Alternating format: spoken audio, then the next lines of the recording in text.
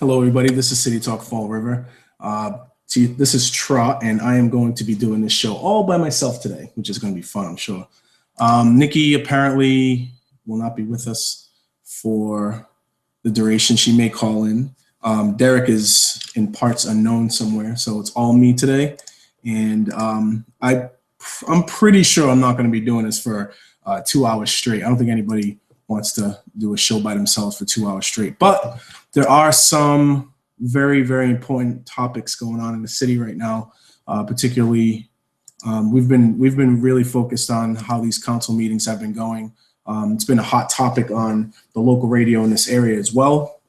WSAR has really been taking in a lot of phone calls, and as a matter of fact, I've engaged in those phone calls as well.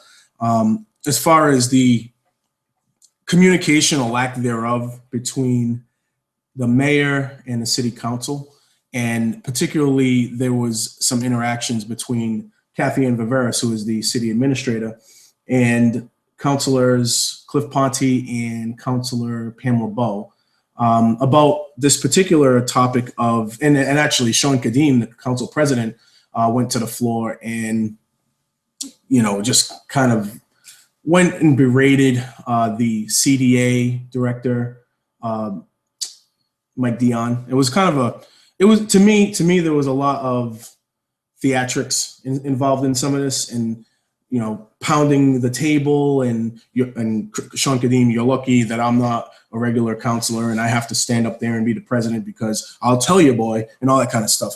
But let me start sharing this around Facebook real quick before we start. What's great about this is that we can you can come on YouTube at any time and check out our show. Just go to YouTube and type in City Talk Fall River. You can check any of the shows. We're somewhere around 65 episodes or so on YouTube, and we actually did a lot of shows back in the day, 2014, 2015, during the BCC times when we were able to do the show there. At any rate, so Councilor Sean Kadeem was very upset with Mike Dion and very upset with the mayor, and as was Cliff Ponte. And it encouraged me to look at the video. So Cliff Ponte himself pointed out, I believe I have it written down here, he was yelling at Cathy and Vivieros, saying that there was broken promises, that money was secured, that they were promised that money was secured to fix the Veterans Center on Pine Street, across the street from Rebels Park. And I guess he wrote down he said 2 hours, 24 minutes, and 33 seconds. He yelled at Cathy and Vivieros, and he was very angry, and he said all these things. So it made me pull out the old website there that shows all the council meetings. It made me download the council meetings, and it made me break down some of the film. And I don't believe there was a lot of accuracy going on in those claims. And I even reached out to Raymond LeBoy yesterday, because Raymond LeBoy was at the council meeting on December 27th. And Ray LeBoy is an excellent guy, and he runs the Veterans Center on Pine Street, and he's not happy. He's not happy with the mayor, and he's not happy with how this whole process has gone, and I don't blame him for that. And even though I know for a fact that what was claimed in the last council meeting by Councilor Ponte was inaccurate, the councilors that are against the mayor on this could very well be right. They could very, very well be accurate in that the mayor made a promise that he didn't keep as far as securing funds. However, in that 12/27 meeting, Cathy and Vivieros and this gentleman by the name of Chris Gallagher, who is the interim head of the Buildings and Grounds department, neither one of them said that there was a secured amount of funding from the CDA. None of them said that. That's the point. And when Cliff Ponte broke down and said 2 hours, 24 minutes, 33 seconds, Councilor Pamela Bowe asked you this question.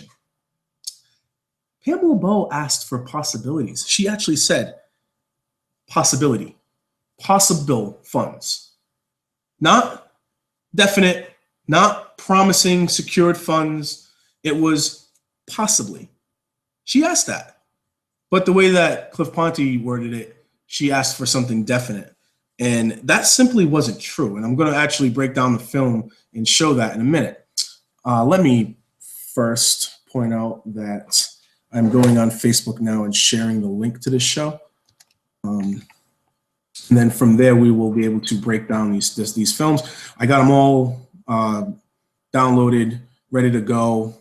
And you're going to hear exactly how it was worded from Cliff in the January meeting and how it was actually said in the December meeting. And they both claim that they broke down the film and they broke down the meetings and exactly what was said. And be truthful, all I heard was, you know, we're going to look for the CPA for emergency roof. Maybe we're going to have to, maybe might, possibly. And if I'm a councilor already, I'm already getting angry at the fact that they keep on saying maybe, possibly, we're looking into this, we may apply for this, blah, blah, blah. Like if Cathy and Vivieros is saying all that already on 12/27, when it's maybe, possibly, I don't know, we're not sure yet, blah, blah, blah.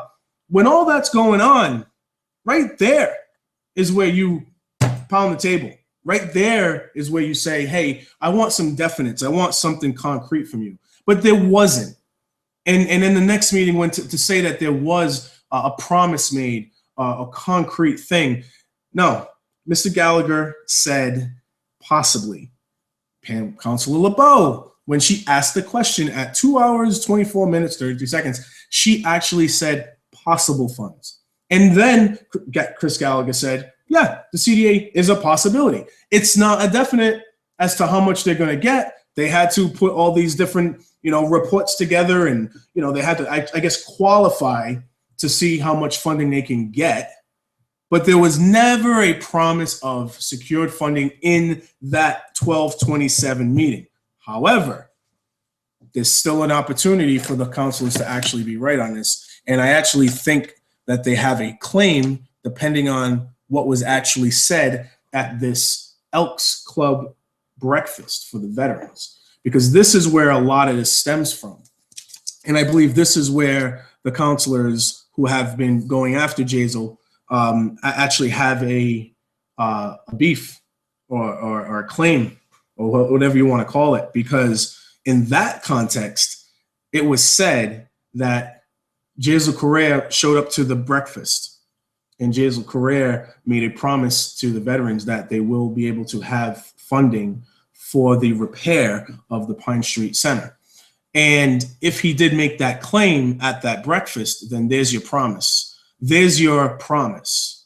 But I can guarantee you at the council meeting on 12/27, there was not a promise made as to exact secured funding. It just wasn't made.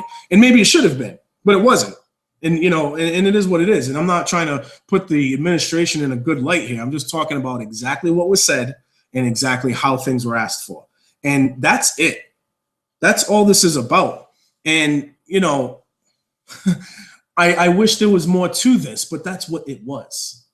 That's what it all was. And the losers in all this, and the people that end up really losing out in all this, are the veterans that go to that center, because they're very nice people. They really care about their community. You see people doing volunteer work all the time. Ray LeBoy, again, I'll say it again, really good guy. They've always been very, very good to anybody that walks through the door. Any veteran, anybody. I mean, I'm a veteran. I've walked through the door. They've helped me out on gathering some information for healthcare and health insurance years ago. So I understand it. I get it. That they want something out of this, but unfortunately, I believe our government back and forth has just been failing them. And this is not something that's just recent. This is something that's been going on for years. It's a very unfortunate situation. So give me a minute here. I'm going to share, and then I'm going to find all the council meeting time that I downloaded here, because I really want people to understand that there's a difference between having conviction and fighting for something, and then there's a difference in just trying to put yourself in a good light. And you can look at this, you can see the difference, you can tell the difference if you pay attention to these council meetings and you really, really, really pay attention to what is being said and how it's being said. You can tell who's in it for the veterans in this and who's in it for, you know, their own personal gain. Which, when you run into politicians, no matter who it is, no matter how great they are, and you can even talk about me that way if you want to, they're always looking for some kind of angle. I do my best, but I don't know. Maybe you can break some things down and say that I'm doing it too, but it is what it is. At the end of the day, we got to fight for what's right in the city. And I want to see that.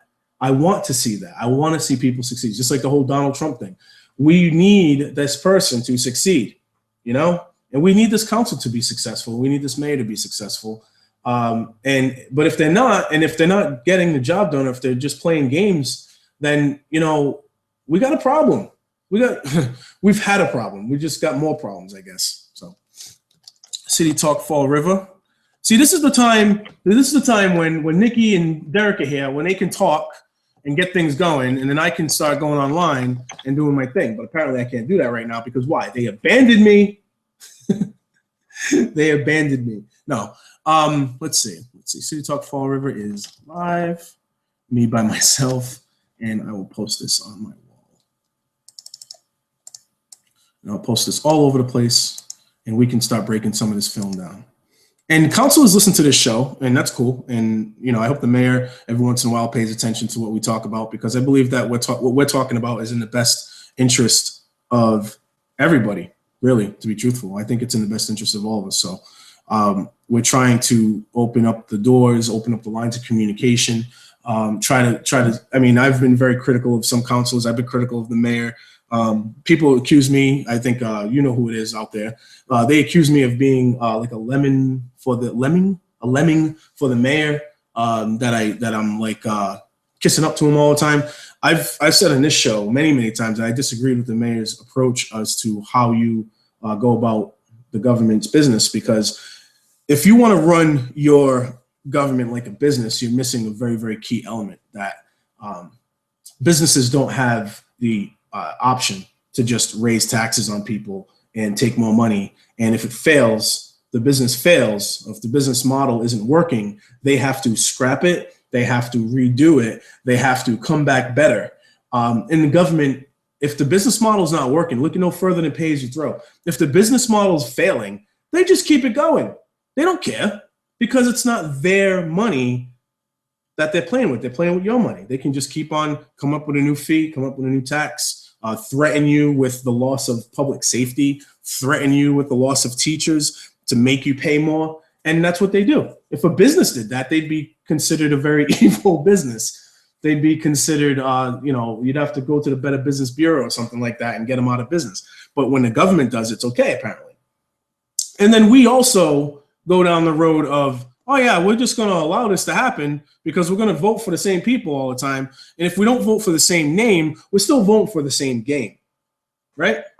You're still voting for the guy that walks around in a suit all day, shaking hands and promising everybody the world, and then going in there and just raising your taxes and raising your fees, right? Been doing that for the past, I don't know, 150 years probably. Yeah.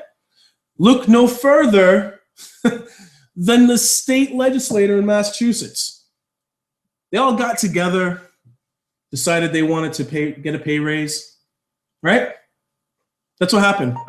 They all voted themselves in to get a pay raise. All right, I'm getting crazy text messages right now. Oh, okay. Oh, it's Derek and Nikki are text messaging me. Where are you? They're funny. Anyway, yeah, look no further than the Massachusetts state legislature. They got together. They decided to give themselves a raise. A raise. Massachusetts is in a deficit. Massachusetts is struggling. And these legislators decided to vote to give themselves a raise to the tune of $18 million total. You kidding me? So I respect Charlie Baker for voting against it. He vetoed it, and he also claimed that he will not take a raise whether the veto gets overridden or not, which I think is nice. There are about maybe 5 or 6 people I posted on my wall throughout the past couple of days saying, "Hey, it's a sham by Charlie Baker.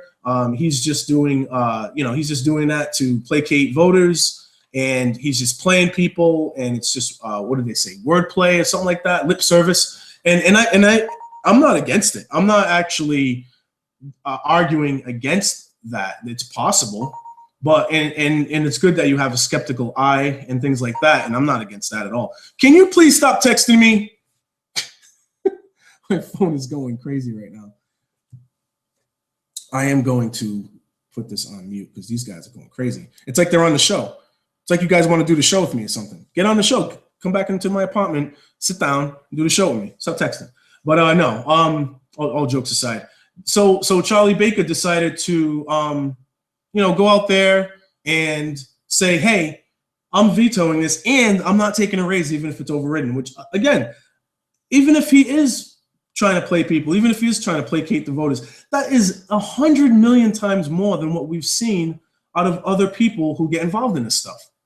That is a lot. I would rather see that than somebody who's not saying anything at all.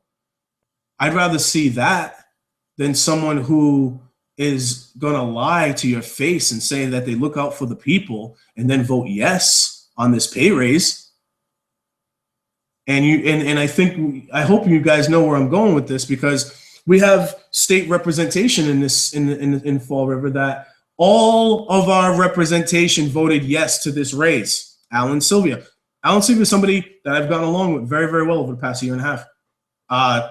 Very critical right now of his vote for yes. Same thing with Cara Fiola. She voted yes too. Same thing with Paul Schmidt. They all voted yes to this raise. All of them. That's not good. Not good at all. It shows you where their mindset is, who they're thinking about. They'll go around, you know what? I didn't like it. I'll be honest with you. I'm a part of a group, and a charity group, and he went down there last week, I think, took a bunch of pictures. I wasn't happy about it. Wasn't, because I don't like that. But he'll go around, Alan Sylvia, take pictures with everybody and have a great time, and everyone loves Alan in this area. But then he goes and votes to give himself a raise or give the legislation a raise. Like, no. You don't have to hate him. You don't even have to yell and scream and argue and yell at him. But you can control this with the power that you have, with your votes, and hold people accountable. That's all you got to do. I mean, we all know who Jordan is, right? Anyone who's listening to my show pretty much knows who Jordan is. Runs a Facebook page, and they go off on people when things go wrong, and I don't blame them. I don't blame people for being angry at all. But you don't have to be. If that's not part of your nature, I'm not one to yell and scream and swear at people all the time. I've had my moments, not gonna lie. But I'm not like that all the time. I'm not like that 24 hours a day. And if you don't feel the need to be that way, that's fine. But still hold people accountable. You can still be nice to somebody and hold them accountable at the same exact damn time. That's all I'm saying. These people voted for a pay raise. For one thing, how many people out there work? How many people out there have jobs? And how would you love to be able to vote to give yourself a raise? Are you kidding me? That's government, man. That's government. But anyway, I digress. Let me start sharing this. I know these guys are probably text messaging me. I love them. I love them to death, because I know that they're probably holding me accountable right now. Let's see. Let me get on grew up in and all things Fall River. And we are going to paste all this out there, because I really want to be able to let people understand this whole situation between what Cliff Ponte was posting about and what Pamela Bowe actually said, and how it was requested, how this funding was requested. Because in all reality, this is something that if you're gonna make these claims, you got to be 100% accurate. You got to be 100% accurate, and you can't play games with that. You can't go and do that kind of thing. So I think first what I'll do, all right, I shared it all things. Let me get it, all things Fall River as well. They're probably going to tell me that I'm doing a horrible job running the show by myself, and I'm going to agree with them too. But we're going to do what we can. I'm just ranting at this point. Let me see. All right, so it's all shared, and now let me get to these videos here, because again, here we are. because again, you want to get this stuff accurate. You want to get it accurate. You want people to know what is actually being said. Madam Clerk, will you please call the roll? Councilors Cavacieri? So I'm going to, this is the January 24th one. And Councilor Ponte really went off on, really went off on them here. So let's see. But we don't have a funding source that we were told we had architectural plans or all, that was a lie. Yeah, we were lied to.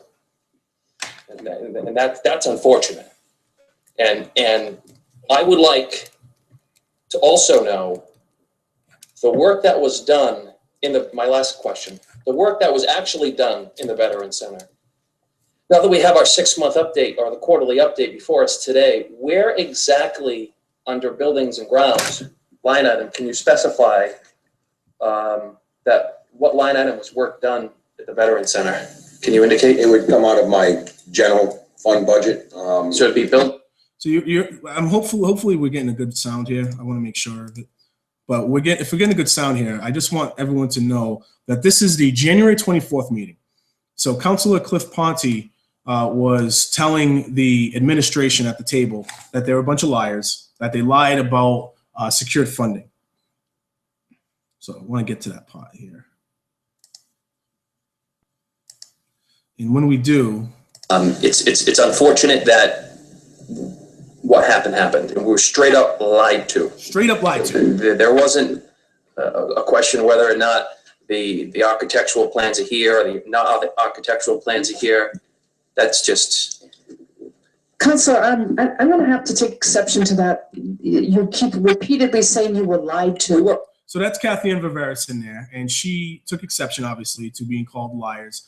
And this is the part where this is the part that I think got a lot of people going. Got a lot of people calling WSAR and saying, wow, Cliff Ponte really took the administration to task. He even pointed out the hours and the minutes. And that's, I mean, again, if he's on point with this, that's perfectly fine. My problem is that it wasn't on point. And that's the issue. That's where we are. I like Cliff, and I want Cliff to, again, succeed. He's to me, he's not like Councilor Cavacieri where he puts on a show and a spectacle and self-serving and all that stuff. To me, Cliff actually, I believe, cares about getting things right, getting the city right. But he was off on this one, and it's unfortunate, but he was. Let's talk. You were not, Councilor, and please allow me. You've had your opportunity. I'd like to respond. Go ahead. At one point, you specifically asked Mr. Gallagher if he had an account with money where he could identify, and his answer was no. So we talked about funding sources and what we had hoped to achieve. We were going to go to CPC. We hoped we were going to be able to get something out of CDA, but I specifically remember your question to him, Mr. Gallagher. Yes. And he said no. No. So to say that you were lied to, Councilor, Yeah, I I was take lied to. strong exception to that. At 2 He hours, remembers his response. I remember his response. Mrs. Vivieros, you are absolutely misrepresenting the facts. Okay, at 2 hours, 24 minutes, and 33 seconds. Okay, that's when it was. At the last city council meeting, Mr. Gallagher indicated, when asked by another colleague of mine whether or not we had the funds available, the answer was yes, we do, and it's from CDA. That is what happened. Sorry, Cliff, that's wrong. That is 100% wrong. And I hate the fact that it is wrong, because I think that you were onto something there for a minute. But it's not true. She did not ask it in that manner. He's talking about Councilor LeBeau. She actually used the term possibility, possible funds. And I have that. Let's see where it is. I will make sure that I get this. Again, this is where my friends, filibuster for me for a little while I'm able to find these things. So just bear with me, because the accuracy of this is very important, and I want everyone to understand that point. It's a very, very important piece to get this stuff correct, because this is what we're going to be hearing now during the election season, and you're going to be swayed, and I guarantee you will be swayed by the actions and the theatrics that we see in these council meetings. And it's unfortunate, because the only reason why the actions are going on is because it works. Unfortunately, That's how it goes. So real quick, I'm going to pull up the December 27th meeting. And in this meeting, Fall River Government Television. I love that word, Fall River Government Television. All right, so we're going to go to 2 hours and 24 minutes. Let's see. All right, let's go to, actually, we're going to go a little bit earlier than that. Let's go to this. Let's see. All the time. We know some of our fire stations need work.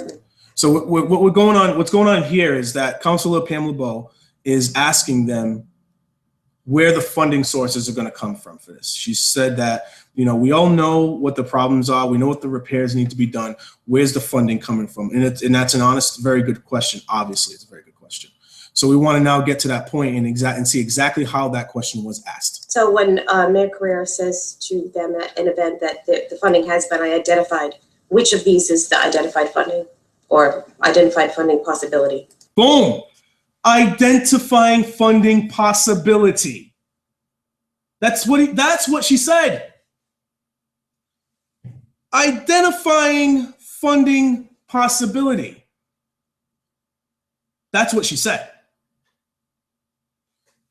Slam the table all you want. Go to the WSAR, talk on the news all you want. But Miss Councilor LeBeau asked for a funding possibility. And then Mr. Gallagher said the CDA. Because it was a possibility. It still is a possibility. It's actually more likely than a possibility. But nothing was secured. Nothing was promised. There was absolutely 100% nothing secured in that meeting. Nothing. And that's all we got. That's really what we're at. That's where we're at right now. So I hate the fact that I even had to do this. And I hate the fact that anybody even, like, we wasted all our time this past week listening to the radio show and the whole 9 yards and blah, blah, blah, blah, blah, and blah, blah, blah, blah, blah, blah, blah, blah, blah, blah, blah, blah. Because the truth is, she asked for a possibility and she was given a possibility. It wasn't a guarantee. A possibility is not a guarantee. The phone number is 774-955-0533. You can call in. Whoever is out there wants to talk about this, they can. It was a funding possibility. And that is a very, very key point. Because you had a counselor call the administrator a liar. And maybe she might be in some other cases. I'm pretty sure that it is in a lot of cases. But come on. Oh, wait. Is somebody saying they're on their way and they're here? Oh, snap. All right, guys, shoot. Somebody's downstairs right now. All right. So, all right, I got my viewers right now. I'm very glad that you guys are listening. You're going to have to bear with me because I got to step away for a minute. I'm going to come back with Nikki. I'll be there in a minute.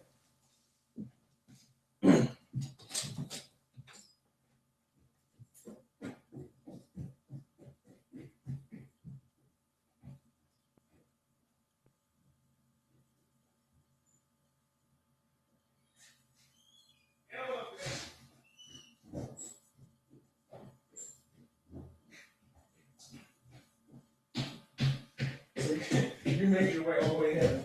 Sure did. It's almost like you ran here. I did not run. It's almost like you did. Hi, everybody. So I was doing the show for about 30 minutes by myself and yelling at the microphone and whatnot because I was going on a rant for a minute. But Just telling me you want me to cook. that's just telling you that I don't clean my apartment before I do the show. So All right, rock on. Look at this. So thank you for staying on. Nikki's here. Hi, Nikki. Hi. We just did a breakdown. I just did a breakdown of the video where Councilor Ponte made a claim to Cathy and Vivieros that she was lying, that the council was lied to by the administration. And I still believe that there's a possibility that they're correct. I do. Well, this is how it was broken down. So Councilors Cavaceres and Councilor Mitchell were at the Elks for a veterans breakfast, and that was that. Councilor Cavaceres stated in the meeting that the mayor showed up to the breakfast. and he I'm out of breath because I'm running up and down the stairs. Me too, but I'm trying to conceal it. Yeah. So there was a promise made by the mayor at this breakfast, apparently, that the funding was secured to do repairs on the Pine Street Veterans Center. They were talking about it at the breakfast. Councilor Cabacera said that the mayor stated to the group that funding was secured for the Pine Street Center. Now, on December 27th, I downloaded the video, and there's the video now. Councilor Pam LeBeau asked the question of, yes. Oh, okay, yes.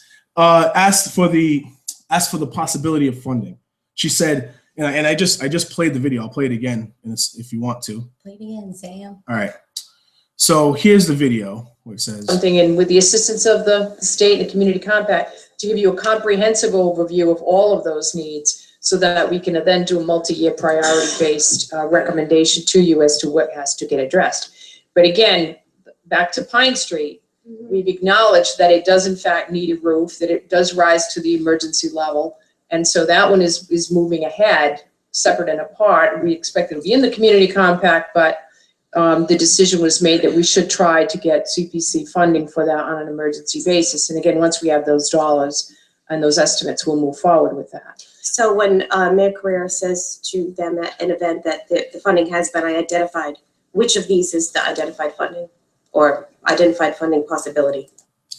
identified funding possibility. It's a very, very key component to the actual question that was asked, because Pam could, Pam definitely could have asked for a definite rather than a possibility, but she asked for a possibility, and there's nothing wrong with that question at all. She was asking, I think, a very valid question.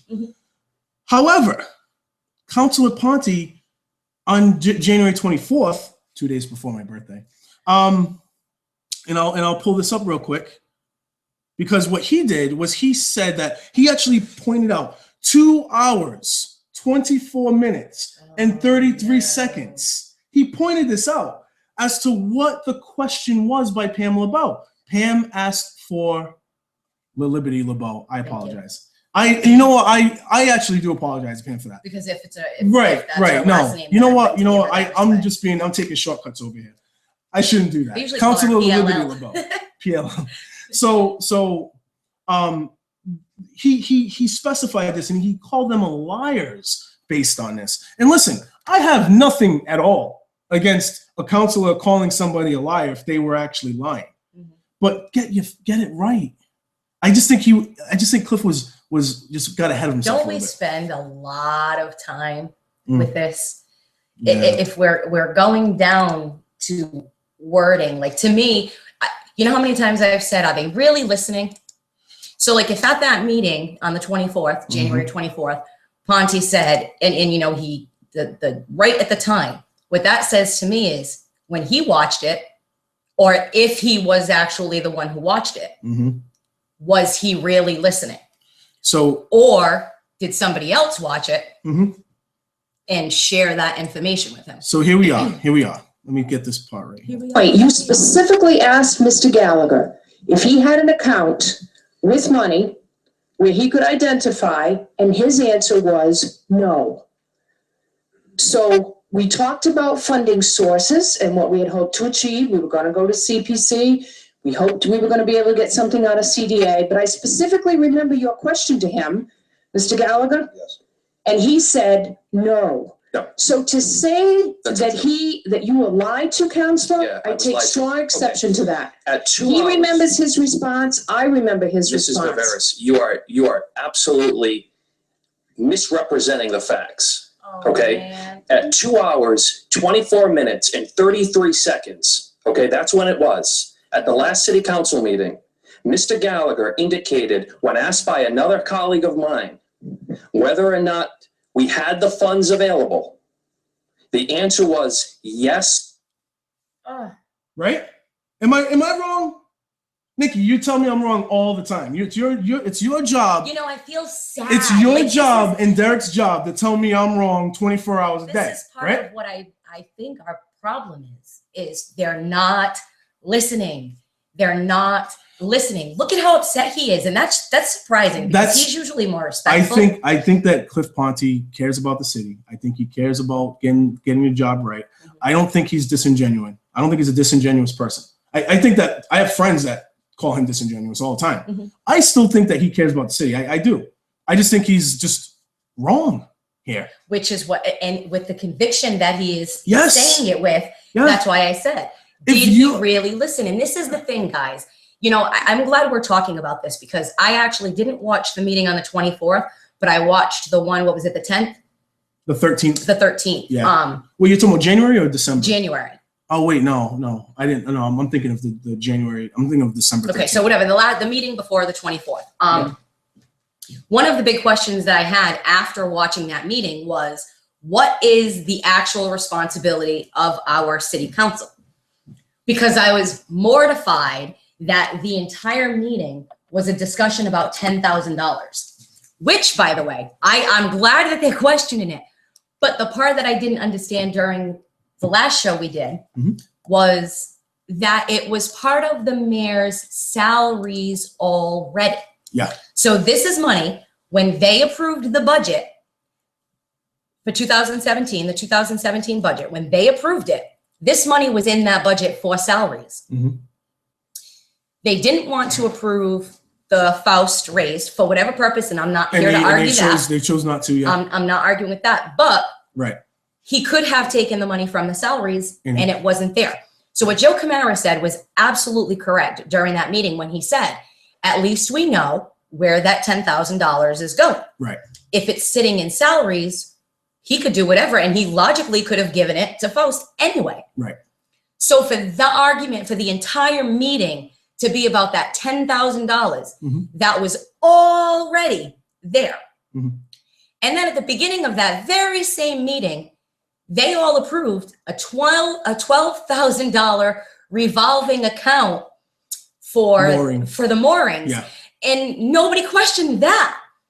And I was like, huh? And there was Why a didn't grant. anybody question that? Right. Well, Linda said, you know, is there any way we can get more moorings? We used to have more. We had 18 public moorings. They're down to 10. Mhm. So what I want to know is who's got all the rest of the moorings? And if the city only has 8, why are we setting up a revolving account for $12,000? Because here's the kicker. It only costs between, I think it was $600 and $700 to fully replace each mooring. Right.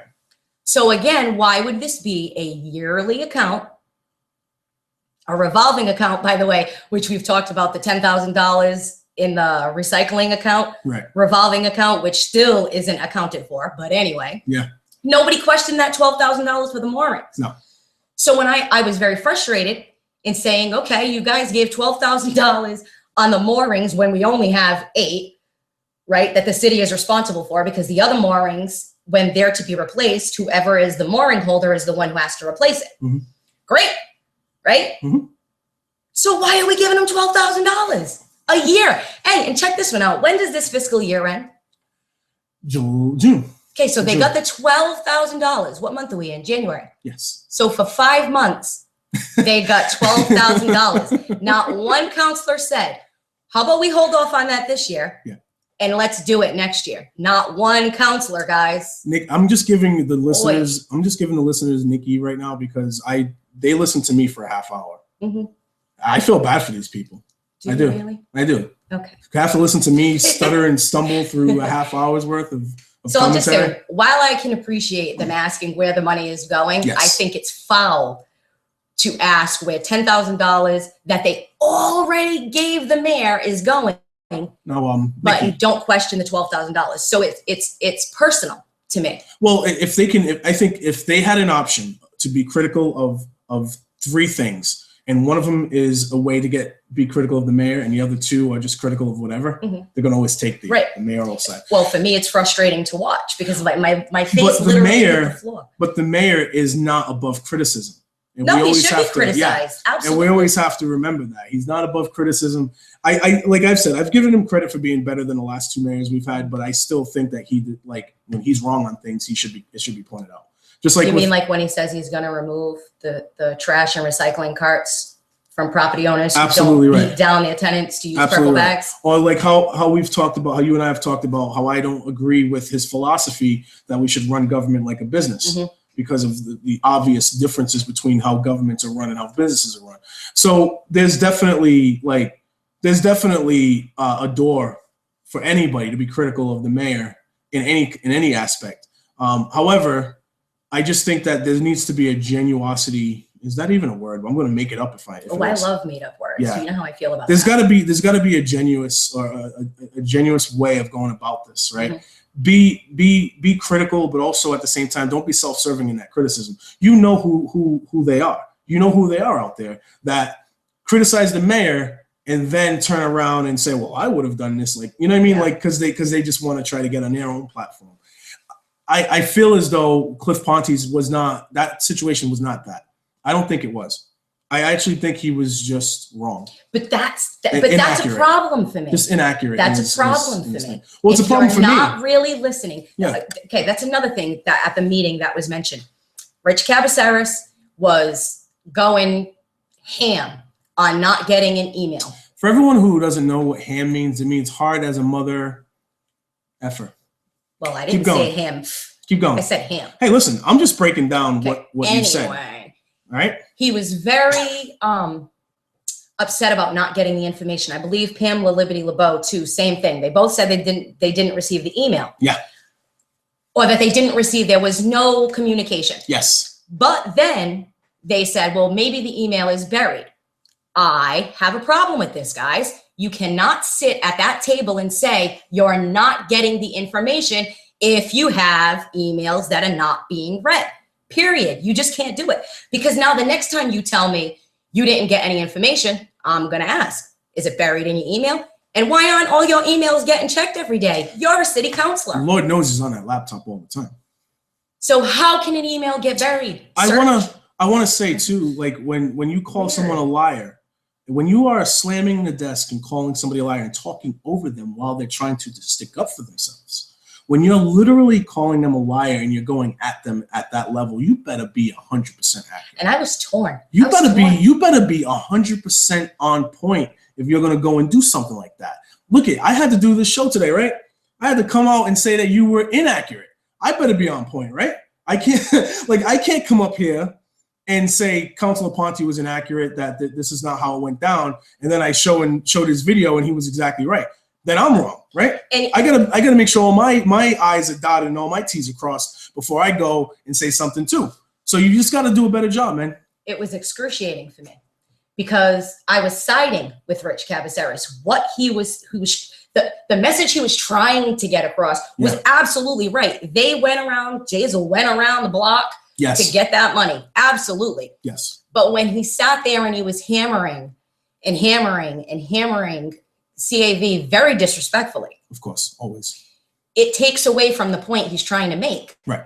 Because he has that arrogance about him. And I'm sitting there and I'm saying, it's so sad because he is right. What he was saying was absolutely right. The mayor did go around a different way and got the money. Yeah. But no matter how he did it, the mayor can do that. But it's within their realm. Yeah, it's within their realm. They can do that. Yes. So I wouldn't have voted. Hey, and just for the record, and I just talked to Faust yesterday on the phone. Can you believe I said he was right, that I agreed with him? No, there's nothing wrong with that. If somebody's right about something, they're right about something. But anyway, I just real quick though, I talked to Faust yesterday about a whole other thing. I'll bring it up if you want me to later. But I get along with Faust, and I have a problem with Faust. But I would have voted no for his pay raise too. Absolutely. Yeah, I just think that and I don't know if you were listening to the show on the way here, but I talked about the Massachusetts legislature. I missed it. All right, well, we're going to have a conversation about that in a minute too, again. But right now, Fall River is struggling financially. I don't think anybody gets a raise. I don't think anyone should get a raise. As a matter of fact, I think a lot. I just think that the obligation is always going to be to the citizens of the city more so than the government. I'm always going to think that way. I'm always going to have that mentality. That's your bread and butter. It's your citizens. If they're not happy, they're going to find somewhere else to go. I hope that resonates with everybody. But I'm always going to side with the taxpayer and the citizen in the city. So for anyone to get a raise right now in a struggling town like Fall River, I don't like it. I would vote against it 100% of the time. Same thing when it comes to this Massachusetts legislature. So we're going to move away from Fall River just for a minute, just for a second. The legislation. State talk for a moment. Just for a minute, but we're going to bring it back to Fall River in this context. So you're going to love this. So, and actually Derek Morgado was the one that our co-host is the one that pulled up the voting yay or nay list and showed it to me on Facebook. And then I shared it all over Facebook.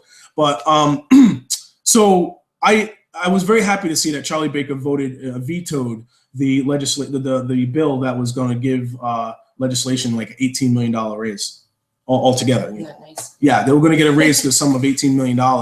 And some of the claims was, oh, we're not making enough to recruit young politicians that want to become part of the legislation. I had to laugh when I read that one. It's so sad. At any rate, I just pasted all over the place, and I had some minor discussions with people about Charlie Baker in general. I think he's an upgrade from Deval Patrick. I think that he's done pretty well. He's not perfect, but he's done pretty well. I'm glad I voted for him, and he's one of the few that I voted for that I'm actually not regretting. However, people said that this could be a ploy on Charlie Baker's part to veto it, to placate voters. Absolutely. And lip service and all that. I also agree with that. That's a possibility, but at the same time, he also said he's not going to take a pay raise even if it gets overridden. Which you got to give some credit for that. Okay, but can he do that? But people have been asking me that. But can he do No, that? I Because agree. remember, we've had times before where people have wanted to give up their salary, and Look it's no further than our own big, co-host. right? And Yeah. it's a big Because it's a law. Yeah. It's a law that they take the raise. Mhm. Now, whether or not he takes the money and puts it somewhere else or whatever and gives to charity or something to that nature, fine. Right. All fine and dandy to me. But at least it's more than what I've seen other people do in his position. Do you know what I'm saying? Mhm. I like it better. Kind of. Right. He took it and ran. Yeah.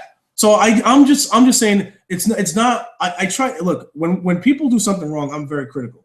When they're trying to do something right, I'm going to give them an opportunity to give them that credit. That's all. That's all it is. I think Charlie Baker is doing pretty well. That's all I'm saying. But as far as our Fall River delegation goes, Oh man. so Derek Morgado gave me this list and the scribe, and he gave me a list of who voted yes and who voted no. Name all our reps. Name our reps. I'll tell you if they said yes or no. Name them. Good. Ask the question. They all said yes. I'll guarantee. Oh, they all said sure the yes. hell did. Of course they did. All of them. Of course. Cara they did. Fiola, No kidding. Alan Sylvia, No kidding. Schmidt.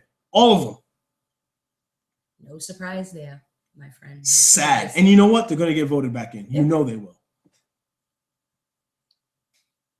You know they will. Maybe I don't know anything. I'm not psychic. I just feel like we have a population that just lets everybody slide. Unaware. They're unaware. It's all. If you're part of whatever, if they have been successful, if a politician has been successful in getting their name in your psyche, in your brain, and just get on your good side, then they literally can do stuff like this. Vote to give themselves raises and just have a complete disregard for what's going on in Fall River and Massachusetts altogether. I think for a lot of people, it's personal. It comes down to a personal issue.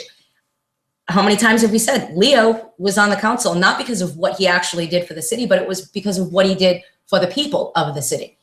So we weren't confident to send him to Boston, but if anybody had a problem, who was the first one they called? They called Leo. Leo, help me. B team. Yeah. I'm all about that A and B team. You got the people who could speak, the people who know what they're saying, and then you got the B team for the people.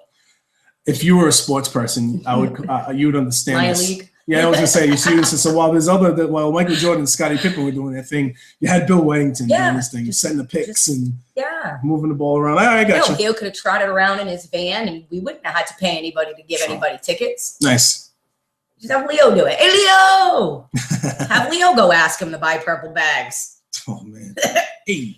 Or recycle, right? I think there is a population out there that misses Leo Peltier. Of course. Listen, Yeah. there are sometimes even I'm like, whoa. When you're questioning the possibility of did we make the right choice by not having, there's an issue. Yeah.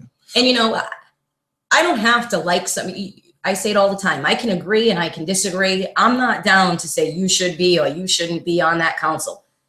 But you better damn well know what you're doing while you're up there. At least, I mean, I don't think you're expected to know everything. I don't think you're expected to be, a genius or Jeopardy level genius. But if you have the humility to say, you know what, I don't know the answer to that, but I'll get that answer for you.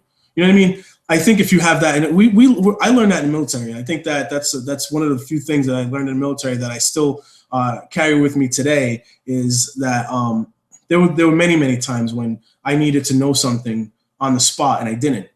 And I would say, you know what, sir, I'll get that for you. And then come back the next day or come back within a few hours, whatever, and get that information for them. And they appreciated the effort. I think sometimes they ask you a question just to see how you're going to go about answering it. Well, when information is being given, but it's not being heard the same way it's being given, that's a problem. Yeah. When you have, like, I'm mortified for Cliff because he's going to be super embarrassed when he realizes that he was wrong. Well, I truly think that Cliff Ponte is one of those politicians that has been successful in getting into the psyche of people to where they'll just let it slide. And as a matter of fact, it's not about that. He owes Cathy Ann an apology. I really do believe he does. And that has nothing to do with doing it in front of everybody else. For his own character. Yeah. Listen, I know people are going to vote for whoever they want to vote for. True. Okay, but I'm also a voter. Yep. So when I'm looking at them, this is when I say what I say, it's because as a voter, that's what I'm thinking. When I just saw that with Cliff, I'm thinking, you're kidding me. Yeah. So right there, I'm either somebody told him or he didn't pay attention. Right. Okay, that's scary. That's scary because I like Cliff. It's possible too that his excitement to try to pin down somebody or pin down the administration. Cliff Ponte, since the day he started, pretty much, has consistently been one of the councilors that says, I'm trying to get information from the administration and it's frustrating not to get that information I'm looking for. He's pretty much, I'm paraphrasing, but he's pretty much used that mantra the entire time. So for him to finally believe that he's got this evidence that somebody lied to him, I think maybe he got excited about it and was like, hey, you lied to me, you lied to me, you lied to me. Truth is, and this is the problem when you look at the other side of the coin with Cathy Ann Vivieros and all that. Well, because of her past, make no mistake, we've caught her in many falsehoods. It's more like possible and might and maybe but and this possible is not a and surprise. might and maybe. You know what? That is frustrating. That's got to be frustrating. But at the end of the day, they can listen. They take so much time talking about stuff. Yes or no? That's it. Yeah. That's it. If you're not confident, okay. If as a counselor, and this is if I was a counselor and I was sitting up there, and you have to consistently ask for information that you're not getting, hey, don't even waste your time talking anymore. Don't vote no. Vote no. And then when the mayor or Cathy Ann goes over to them and says XYZ, they can say, I'm not going to waste everybody's time asking you for the information. When I get it and I feel confident enough to give a yes vote, then you'll get it. Until then, I cannot vote yes. We've watched this budget after budget after budget after budget. Yeah. Oh, we got pressured into it. Man, it's easy. Yes or no? I got to tell you the truth. It's so funny that you're saying this because I had a conversation about 2 weeks ago with someone and they were asking me, they were saying like, what would you do in that position? Would you, if you're getting this frustrated over not getting information from the mayor, what would you do? And I almost said, almost to a T, what you said, I know. Insert joke. Of course. Insert joke. But is there any surprise? But I pretty much said along the same lines of like you have an opportunity in that position to just say, hey, they're not giving me the information. Yeah. And guess what? I'm not voting for this. I will vote no all day long. Yeah. Everything if you're not giving me what I need, if you're not giving me what I need and then try to play me on WSAR or whatever else, I'm just gonna vote no to this if I'm not getting the information. Well, here's the other side of it, okay? I'm a resident. I do a lot of research. If you're not getting the answers and you really want the answers, what's the problem? Like I struggle with having confidence, Nikki, that people who do the research are going to do as well as you do personally. We've seen people with their numbers, right? With their numbers. Well, yeah, but I'm talking about other things. I'm saying on the whole, like, I don't know. I guess I expect more out of our city councilors than they give. But at the same time, it's only a part-time job. You've heard me say many times that, listen, just from what I've done, there's no way that we can expect our council. Actually, to you're know one of the everything. few that believes it should be a full-time job and a I know full-time it. paid position. I know, isn't that's freaky. But if we're putting all of that, if the residents aren't willing to do the work themselves, okay, Yes. then somebody needs to do it. So and I'm sorry, but you can't expect somebody on a part-time job to know everything. That's why I keep going back to what is the council's responsibility? Mhm. Why are we wasting so much time? I feel like every meeting, it's like hours and hours. Well, I don't know where this 10,000 is going to. Listen, if you don't have the information, vote no. Mm. You sitting there saying, bop, bop, bop, bop, bop, bop, bop, bop, doesn't change the fact that how many times do I got to hear Cliff and Pam say they're not getting the information? Listen, just say no then. Yeah. Make it easy. And then what happens then is you force Nancy Reagan in the 80s. Just say no. You force Cathy and whoever else you're asking information from to give you that info, or you're not going to vote for whatever they want, period. Yes. That's like your kid coming home and saying, can I sleep over at my friend's house, but they don't tell you where they're going, the parents' names, you don't know the address or the phone number. You letting them go? No, you need more information. Yeah. Be prepared, period. That's it. And when you're not actually getting information and you still vote yes on these things, that's on you. Amen.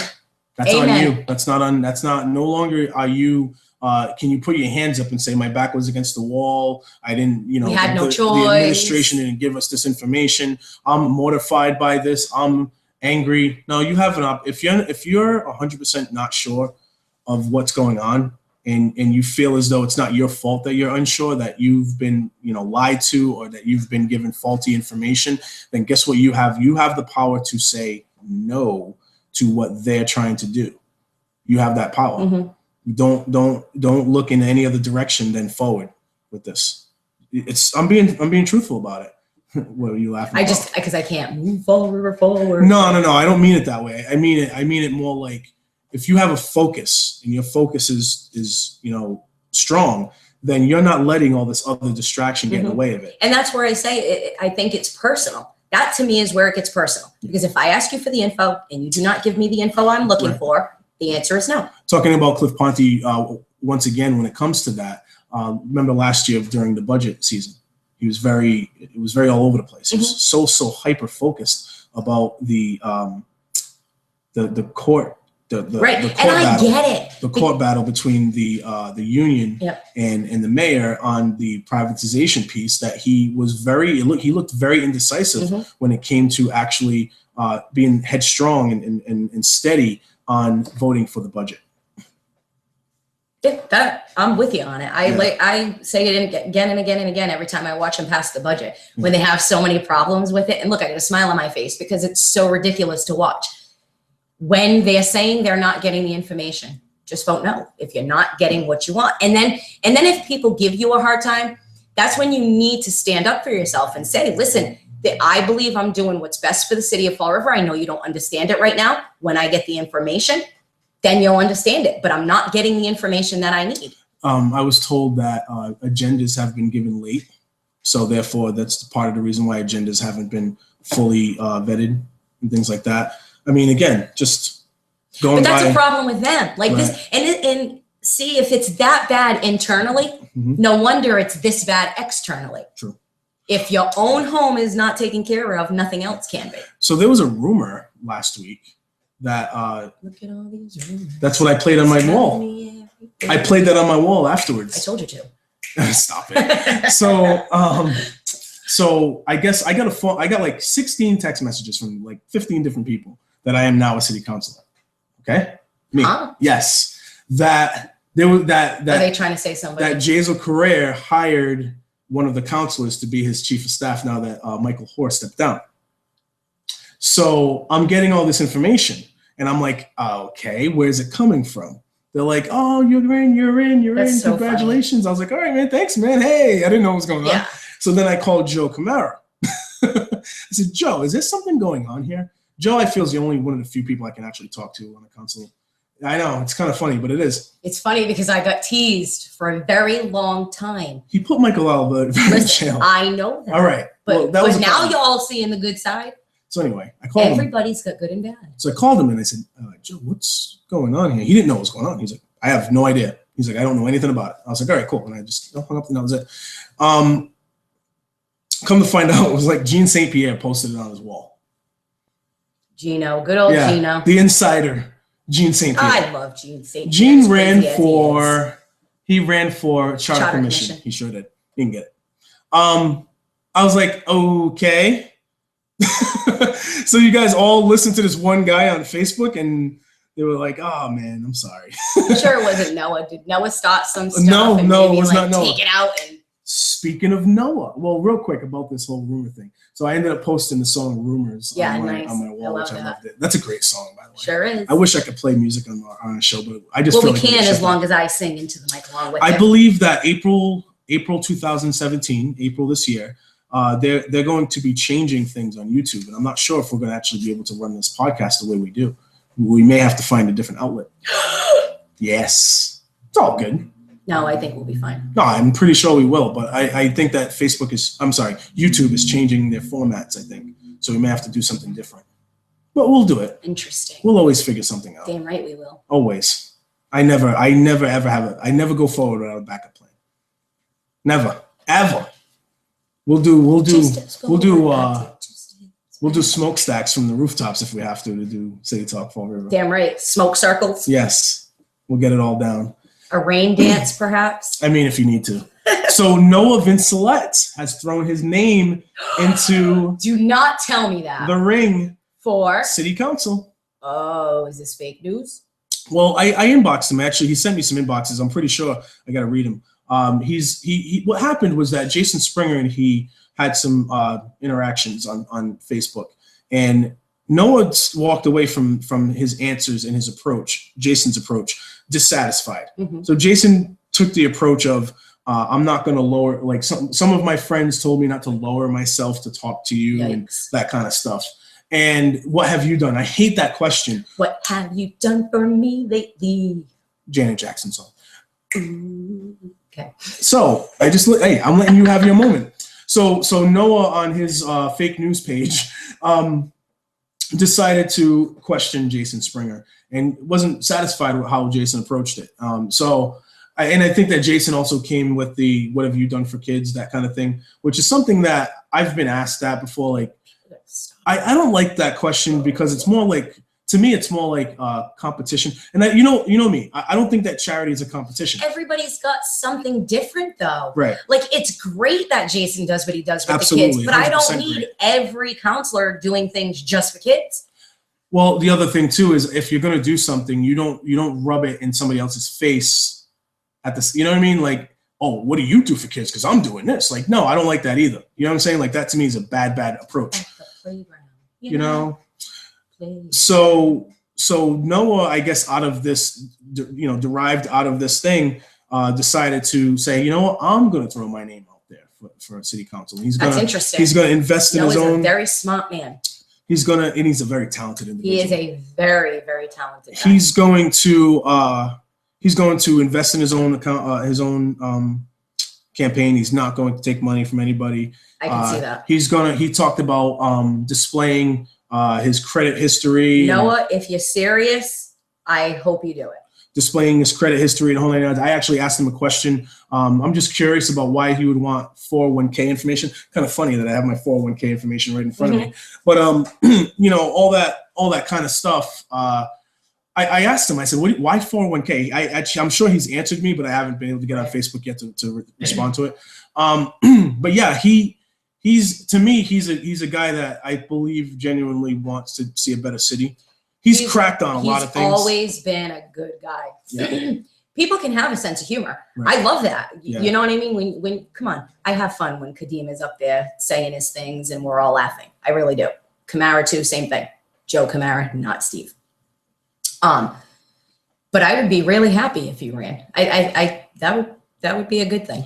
I think that there's another name that got thrown out there, but there's a few names. Yeah, there's actually quite a few people. So a couple of people like I don't think I'm the greatest thing since sliced bread. Like, I know that there's people out there that very likely, like yourself, who could be a better counselor than me. No desire. I just want to debate. I mean, I love to debate too. But I think that like if the talent pool in Fall River has to increase. Otherwise, you're going to see the same old all the time. You can't expect great counselors if great people don't run.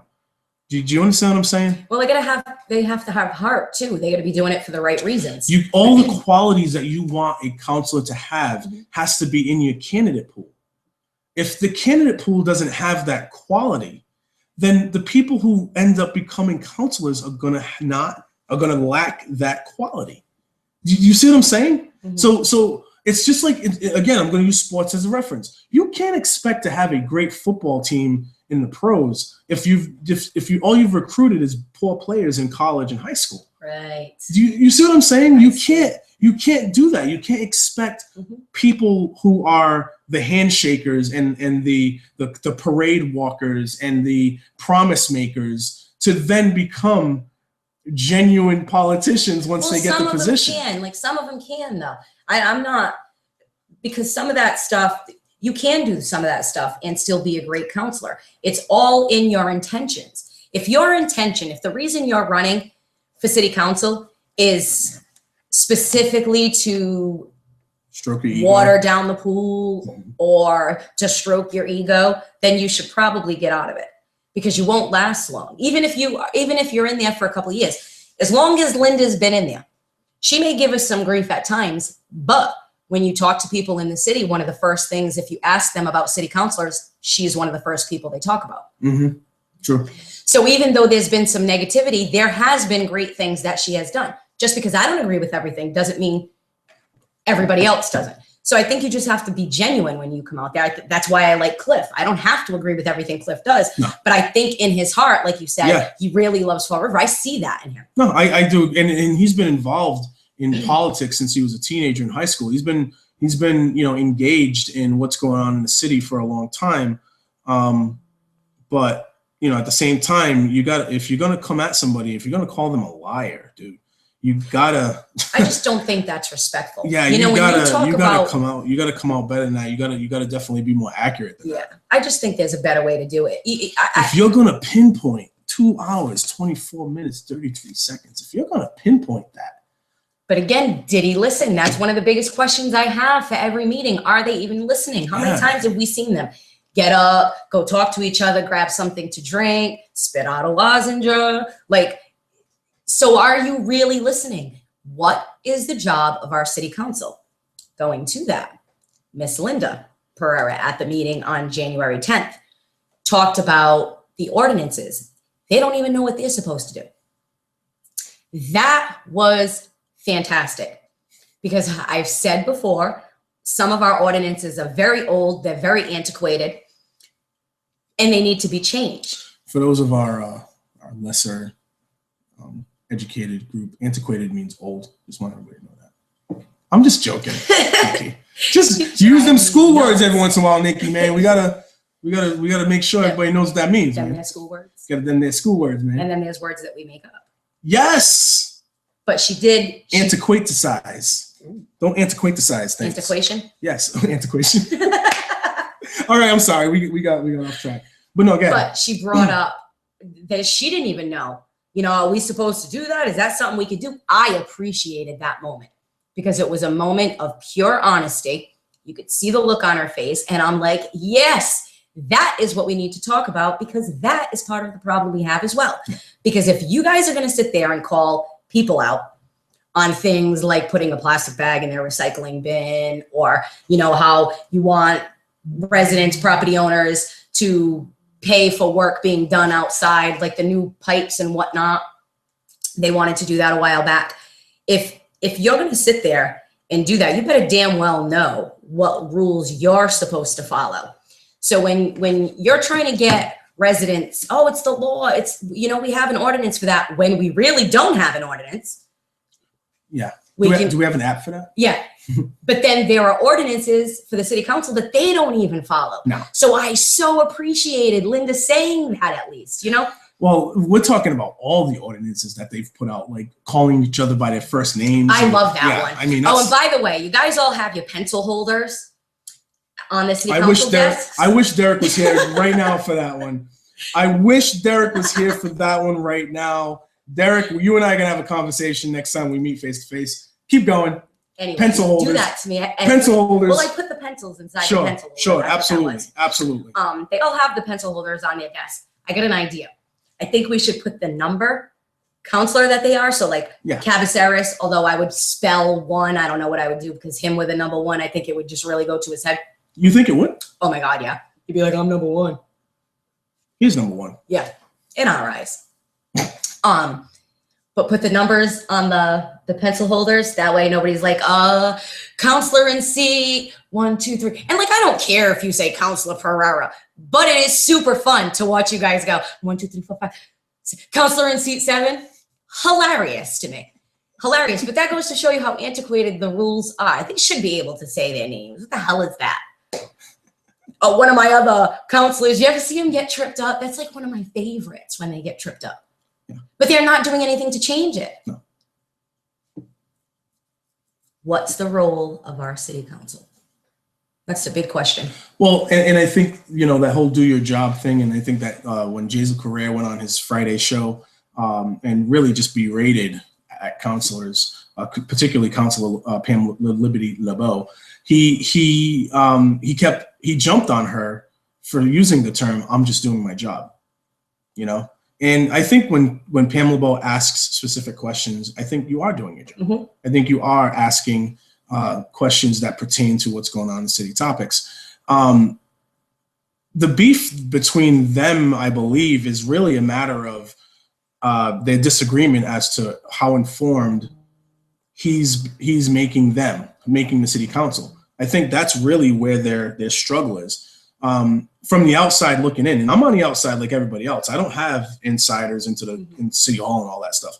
So on the outside looking in, I like that that some councilors are asking real questions and trying to get real answers. Mm-hmm. I think that this interaction at 2 hours and 24 minutes and 33 seconds on December 27th, I think that her questions were valid.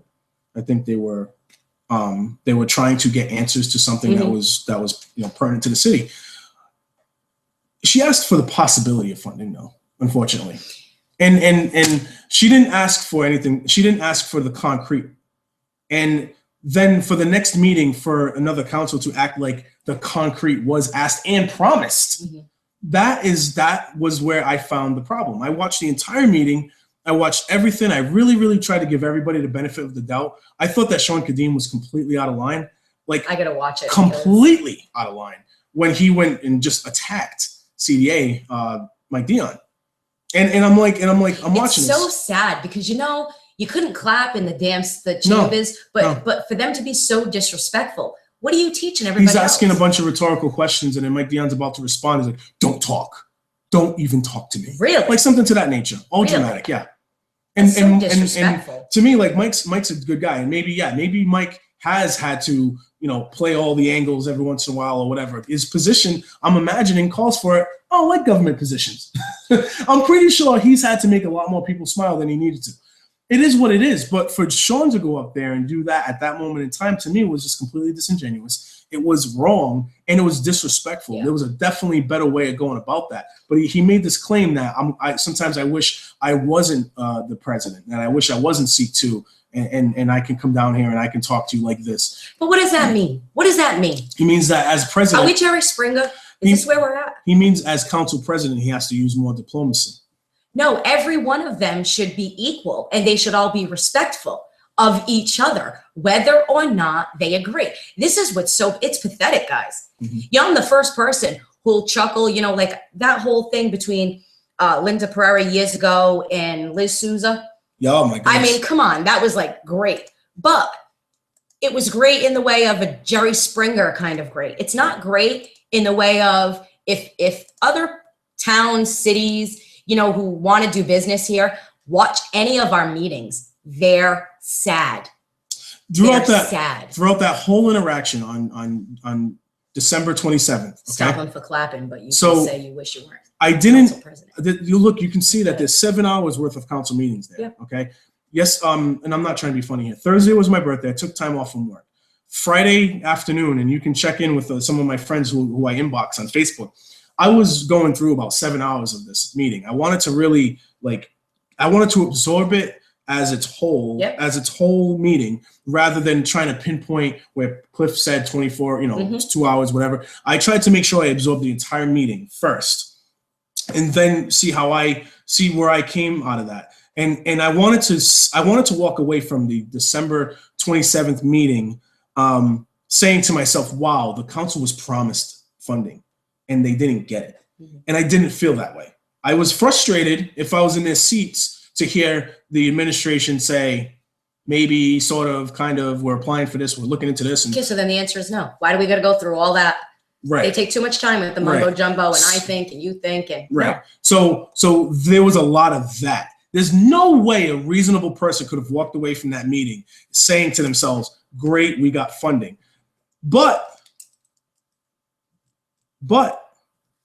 the mayor's breakfast, that is really where the issue is.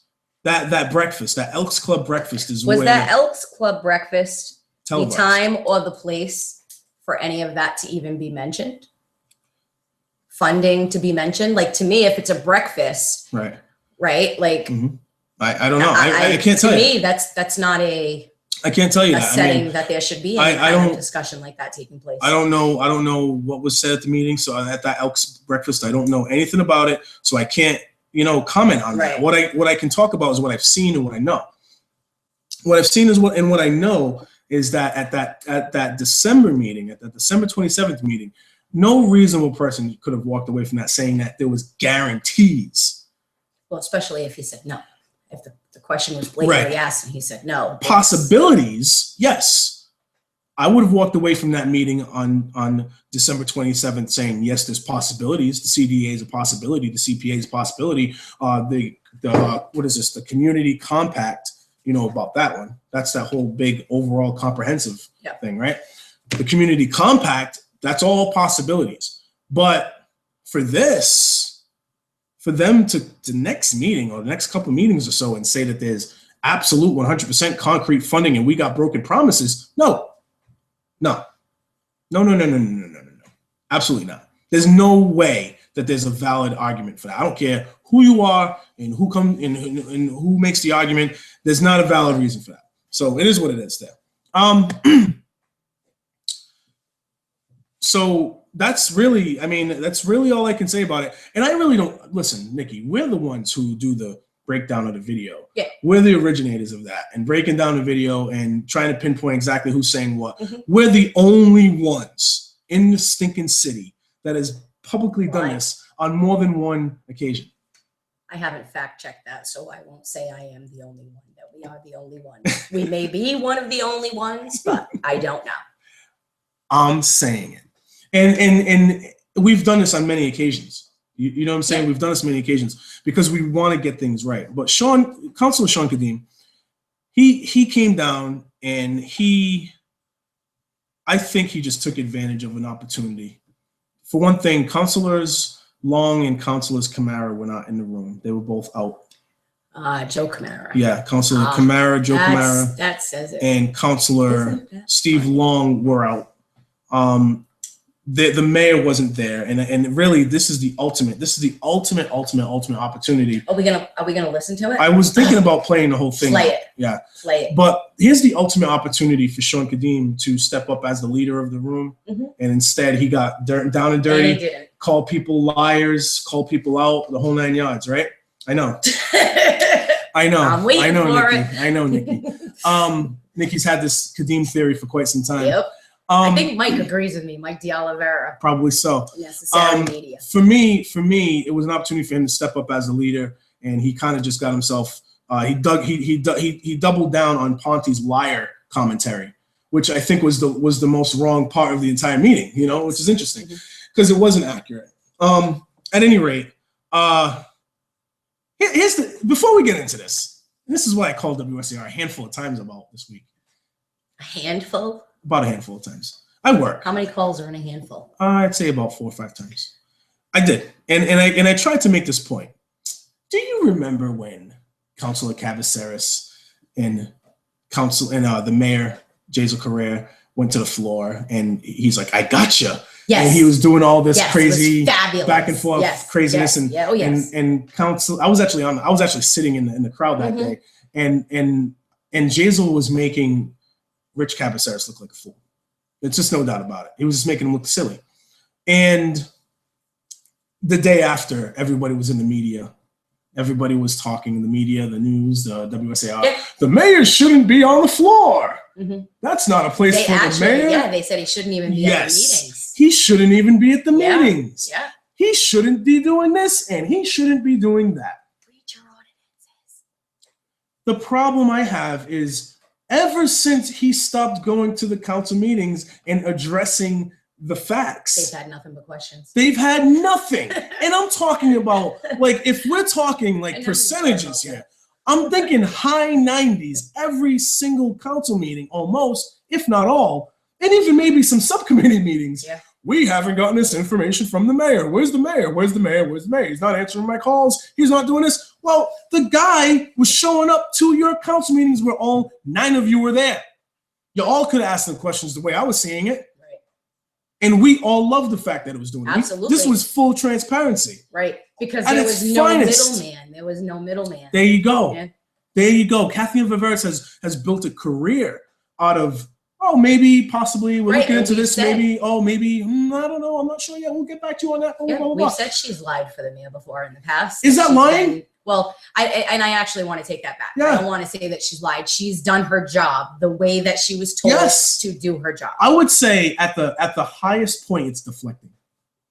At its highest point, it's deflecting. Mhm. She's deflected questions and deflected she's answering good. full Yeah, questions. she's good with She's a that. professional. Oh yeah. Right. So the way, and then again, another person that I actually can sit down and talk to and I like is Cathy and Vivieros.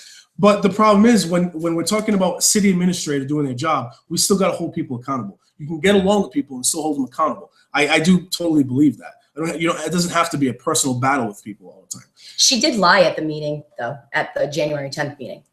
Well, I'm not going to deny that. I ain't sitting here acting like Cathy don't lie. I did catch her with something. But at any rate, so the councilors all got together and decided that they didn't want, and I don't know if all of them, but I know that most of them have expressed that they didn't like seeing the mayor at the meetings and didn't like seeing the mayor on the floor.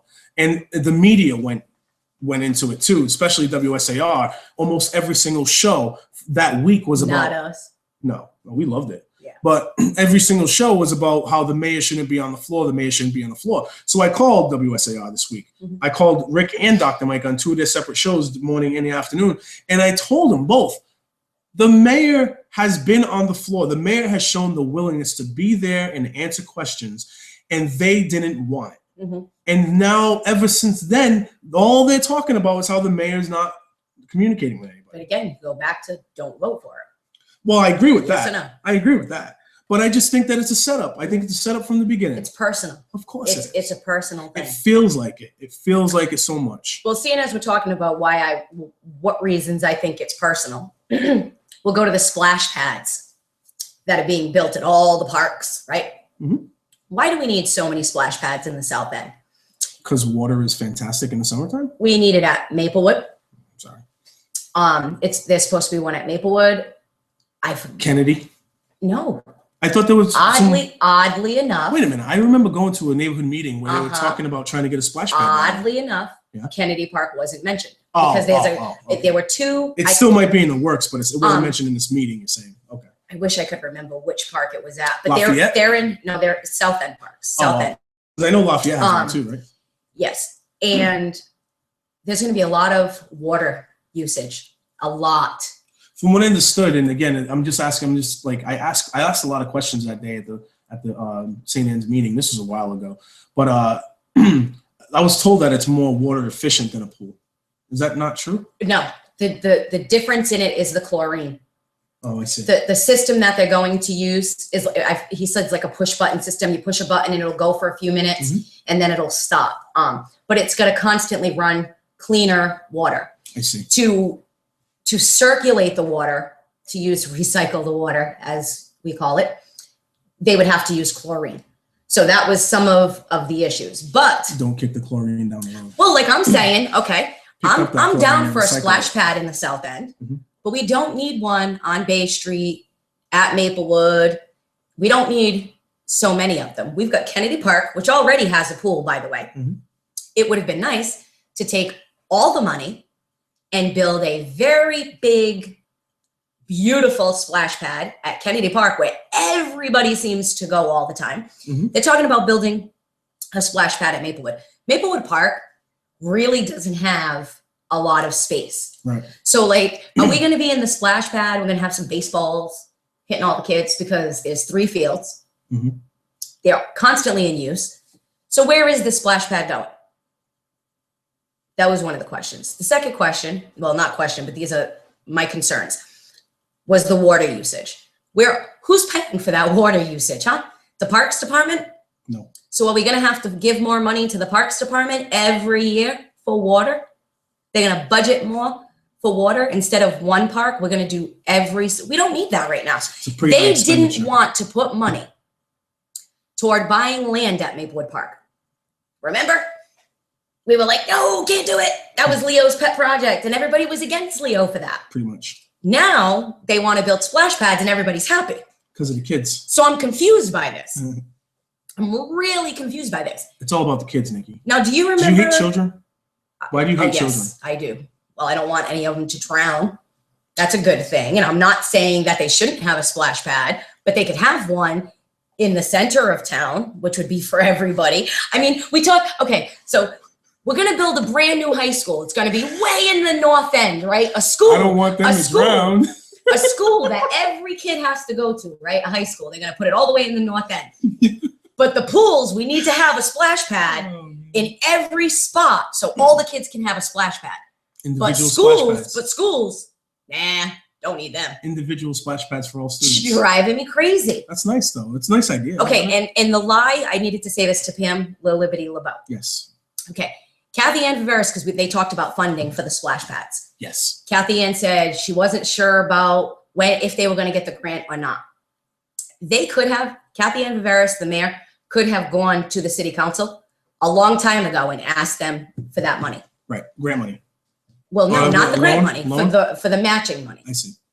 For the bonds, because they Yeah, have bonds, to approve yeah, the bonds, bonds yeah. before the grant gets approved. All right. Now, here's the thing. She could have did that a long time ago, because if we didn't get the grant, then we just squashed the project. It didn't have to wait until we received the grant. You know what I mean? Because where does that grant money go now? Yeah, because they could have been talking about this for months, because the grants are filled out at the beginning of the year, like January, February, March. That's when the state sets out all of, because pretty soon the new recycling information is due February 16th, Jaisel, just in case, because we know there's no grant writer. Is that Valentine's Day? Just in case, February 16th. Valentine's is the 14th. Okay, great. So it's due by February 16th. Make sure you get that in. We don't want to lose that money, right? That grant money is so precious to us, especially for trash. But so they know what grants they go out for. At least somebody should. So this is where I'm a little concerned about the fact that there's no grant writer, because who's responsible to know which grants we got approved for? Because my concern is we're getting grant money for these projects that they're bonding for, and nobody's really catching up on what grants we have to what bonds are going to need to be matched and what bonds don't need to be used, what grants we didn't get. So I'm a little curious about that. I'd like to see some of our city councilors ask for a list of the grants that the city of Fall River receives. So that way you guys know what money you can or cannot bond for. And if you actually want that information yourself, you could go to mass.gov and click around and you'll get all that information. Click around like in a circle? Click around. All I gotta do is kind of put Fall River grants in there and you'll Click get all around. the information, Gotcha. like the grants that we got for the floats, There was the some waterfront. there was some little bit of arguing going on about it wasn't between a council. Someone was accusing a councilor of, I guess, taking credit for this, the Christmas time stuff. And then I guess What, the parade? I believe it was something to that tune. And then using police resources to pass out presents or something to that nature. And then, but then, I didn't really read all into it, but I guess there was an accusation that a councilor was taking credit for it or using city resources, and then at the same time being hypocritical of criticizing the mayor for using tax dollars for the fireworks. Yep. So it was just a little back and forth thing going on. I think it was interesting. Personal. Yeah, Those are the personal moments. Yeah, it could for be. me, those are the personal moments. it could be, and I think that I think that's part of the reason why some councils feel more comfortable not using their personal page and going to like a city council page on Facebook or something of that nature. So that way, if you have those kind of conversations, you can have it on the city council page, and your personal page is your personal. I mean, because anybody can say what they want about the fireworks. Truth be told, if you asked everybody in Fall River if they wanted fireworks on New Year's Eve or if they didn't, the majority of people are going to say, yeah, they'd want them. I remember, I mean, from what I saw, just from my own observations, people were ecstatic about those fireworks. Yeah. So to use that as an example is silly, you know, and even to say about police, most of the police officers, when they do stuff like that, they're not being paid for the, I've seen these guys, a lot of these guys do a lot of stuff on their own time. And you got somebody who's got an axe to grind and they're going to say, oh, well, they got paid for that. Listen, if they're giving out gifts, right? I'm more concerned about the real big things that are going on in our city. I even think like the gas in the cars was even brought up as an expenditure, like as a sort of a finger point. But yet nobody is questioning that they're not paying for their own trash disposal. Like that drives me insane. Whoa. Can we please stop talking about trash? It drives, I'm dying to talk about trash. I'm tired of talking. No, listen, aren't we all tired of talking about trash, people? I can't help it. I'm only kidding. It's an addiction. I'm only joking. So we're it's gonna, not an opioid addiction. It's a trash addiction. You want to go into this Sean Kadim thing, or do you want to talk about I your want the page? Sean Kadim thing. All right. So we're gonna go into this real quick. I just felt as though the problems that we saw at the council meeting where Cliff Ponte claimed that the administration was lying, when the more accurate piece of this was that it was called for a possibility of identification of funding. It was a possibility. What are our funding possibilities? It was a CDA, which I'm pretty sure it will be a possibility, probably be a reality soon. However, there was nothing concrete. There was nothing concrete promised. And yet they were called liars for this. And I'm pretty sure there's many, many other things that they could have called them out on to be lying about that they probably could have been accurate on. Absolutely. But this one was not it. They pick and choose, which is what makes it personal. And I think that when you look at the vets involved in this and the veterans, these are great platforms to kind of jump on. So now I believe the mayor is looking like the bad guy to the vets in this, you know, or at least they're making this effort. So we'll see. And we're paused because why? She looks like she's losing weight. She lost a lot of weight, actually. Agency funding and that was not granted. Was that voted on and known that night that you went in front of CPA? I think that was for The administration came down. I know that you Misrepresentation. I try to work. I know that it was the Bank Street Armory, correct? It was the roof. So we're gonna go right. Actually, it was the police station, the old police station. Okay, that's right. I'm sorry. And but I know that they gave you an answer that night. So I would assume maybe it's the same process. So if you let us know when you are presenting to them, so we can have a roundabout idea. And Mr. Dion, if you keep us updated during the month of February when you have a firm answer, I would appreciate that as well. And with that, I yield. Thank you. Thank you. Councilor in seat 7, Council President Kadim. Thank you. First of all, let me apologize that still don't have my voice back from the cold that I'm trying to get over. So bear with me. People, please. I do got to say that being council president is not always an easy job. As council president, you need to be a little bit diplomatic. Try to work with the administration, but also make sure that you've got every single interest of the councilors here. And, you know, part of me wants to actually resign as council president, take the seat over there at seat number 2, and actually ask the tough questions, because councilor in seat 8 is absolutely right. We were lied to. Oh, It's not the first time we were. He said he was absolutely right, and we were lied to. yikes. And I already proved that that was not true. It's already been proven that that's not true. So now everything else that is said is derived off of something that was completely inaccurate. It's like Maury Povich, you know, when they do the paternity tests and he says, "You are not the father," and the mother gets up and runs off. And then the guy starts dancing off. Yeah, it's one of those moments. Yes, that's dancing. It's one of those moments. I actually love the dancing. I gotta admit. All right, anyway, let's go. Lied to. But as council president, I sat up there and tried to be diplomatic and not say anything because I want to work with the administration. Okay? The last meeting that we were here, councilors asked questions. The mayor goes on the radio, starts to chastise city councilors for doing their job. And then we get the same exact thing. And he wonders why we're asking questions. None of you folks at the table reviewed the last meeting. Because at the last meeting, or the meeting on December 27th, we were getting completely different responses than what we're getting now. Okay, and Mr. Dion, I feel bad for you because I already know what's going to happen. You're not going to commit to any funding.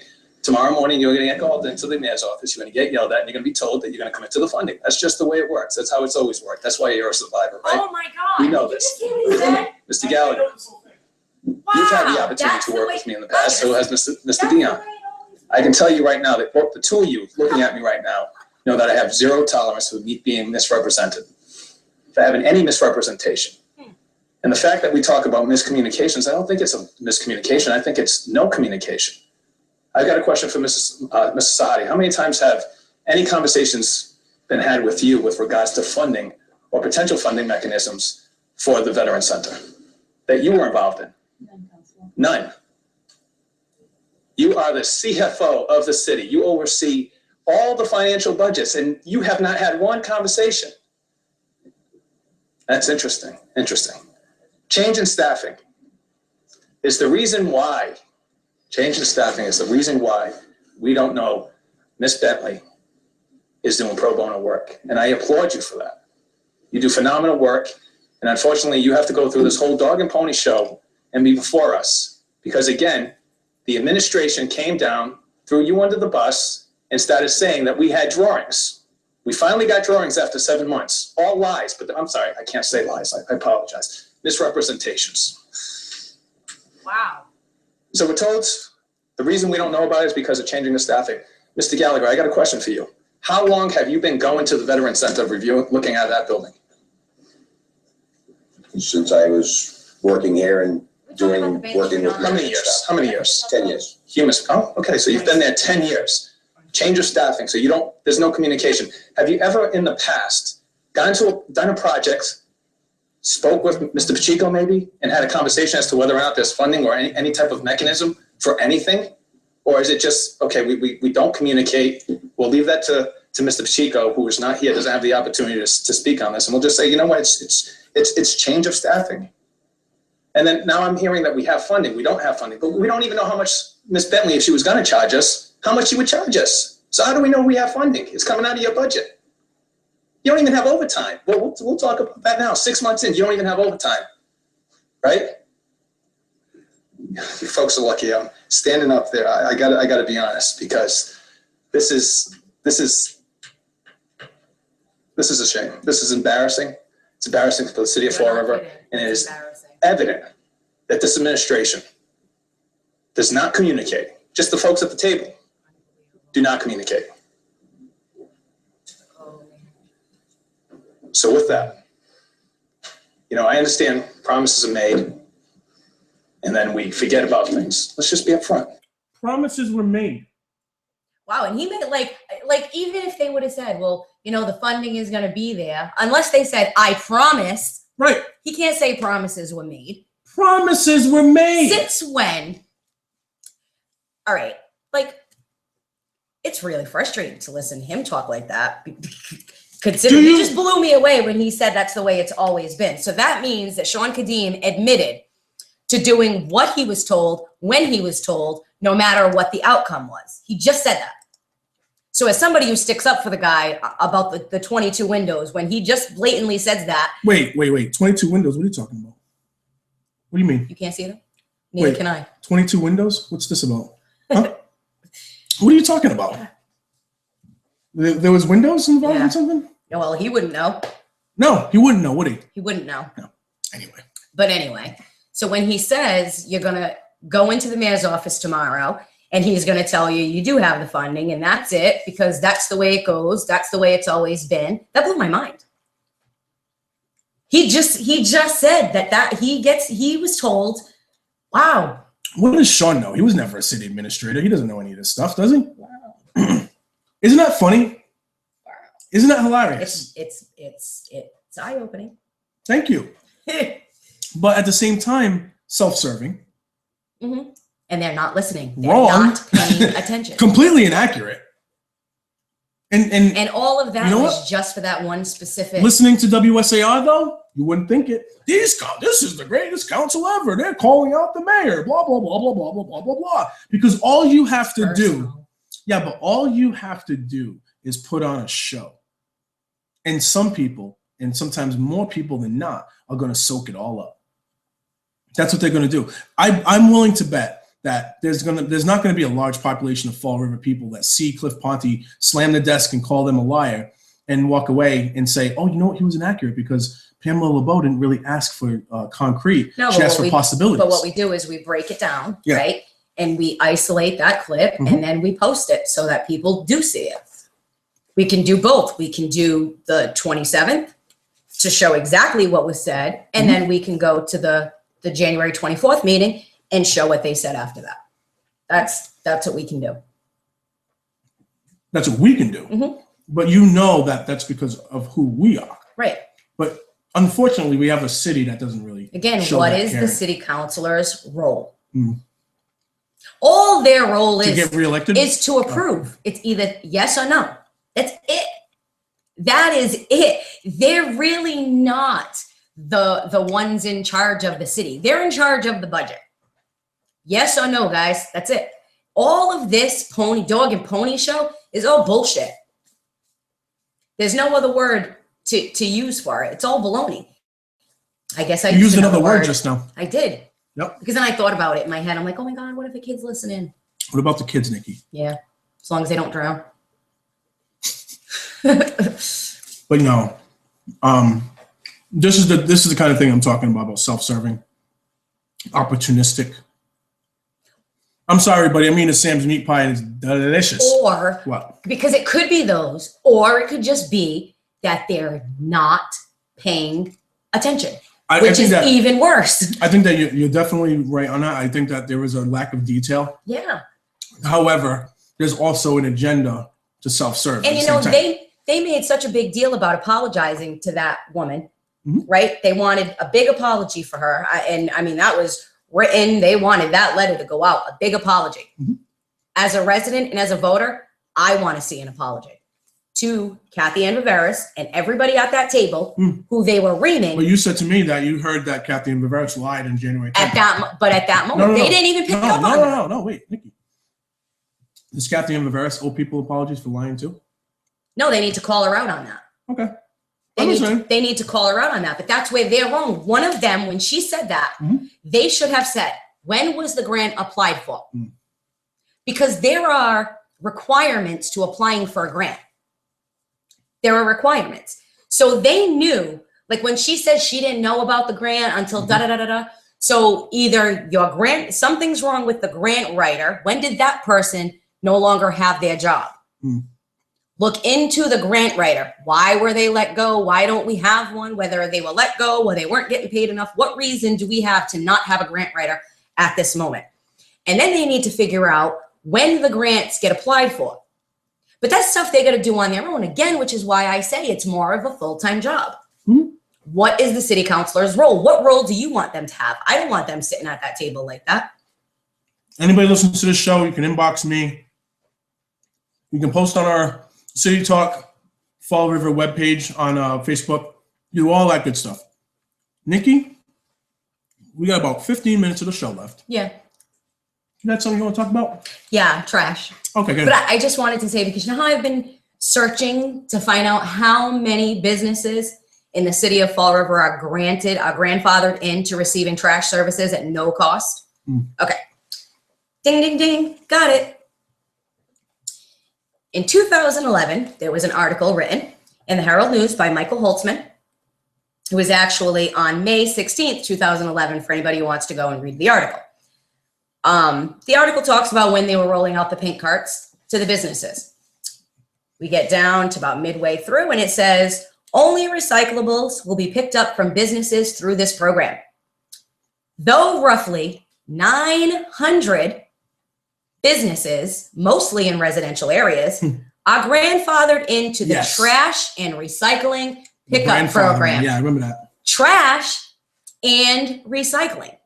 So if they're grandfathered in, folks, property taxpayers, who have to pay for their trash, purple bags, You all are- of that jazz. You are subsidizing. You're subsidizing these 900 businesses to receive trash services for free at no cost.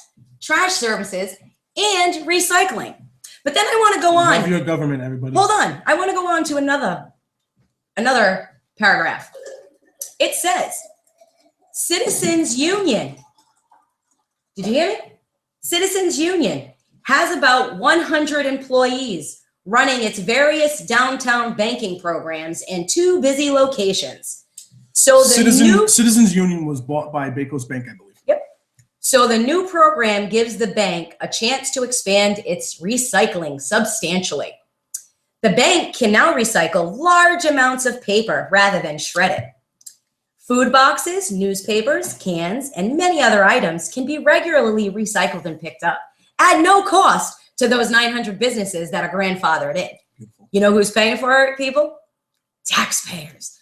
And those of us, well, not me, those people who are buying purple trash bags. Well, 900. wait, Nikki, wait. Mhm. Nikki.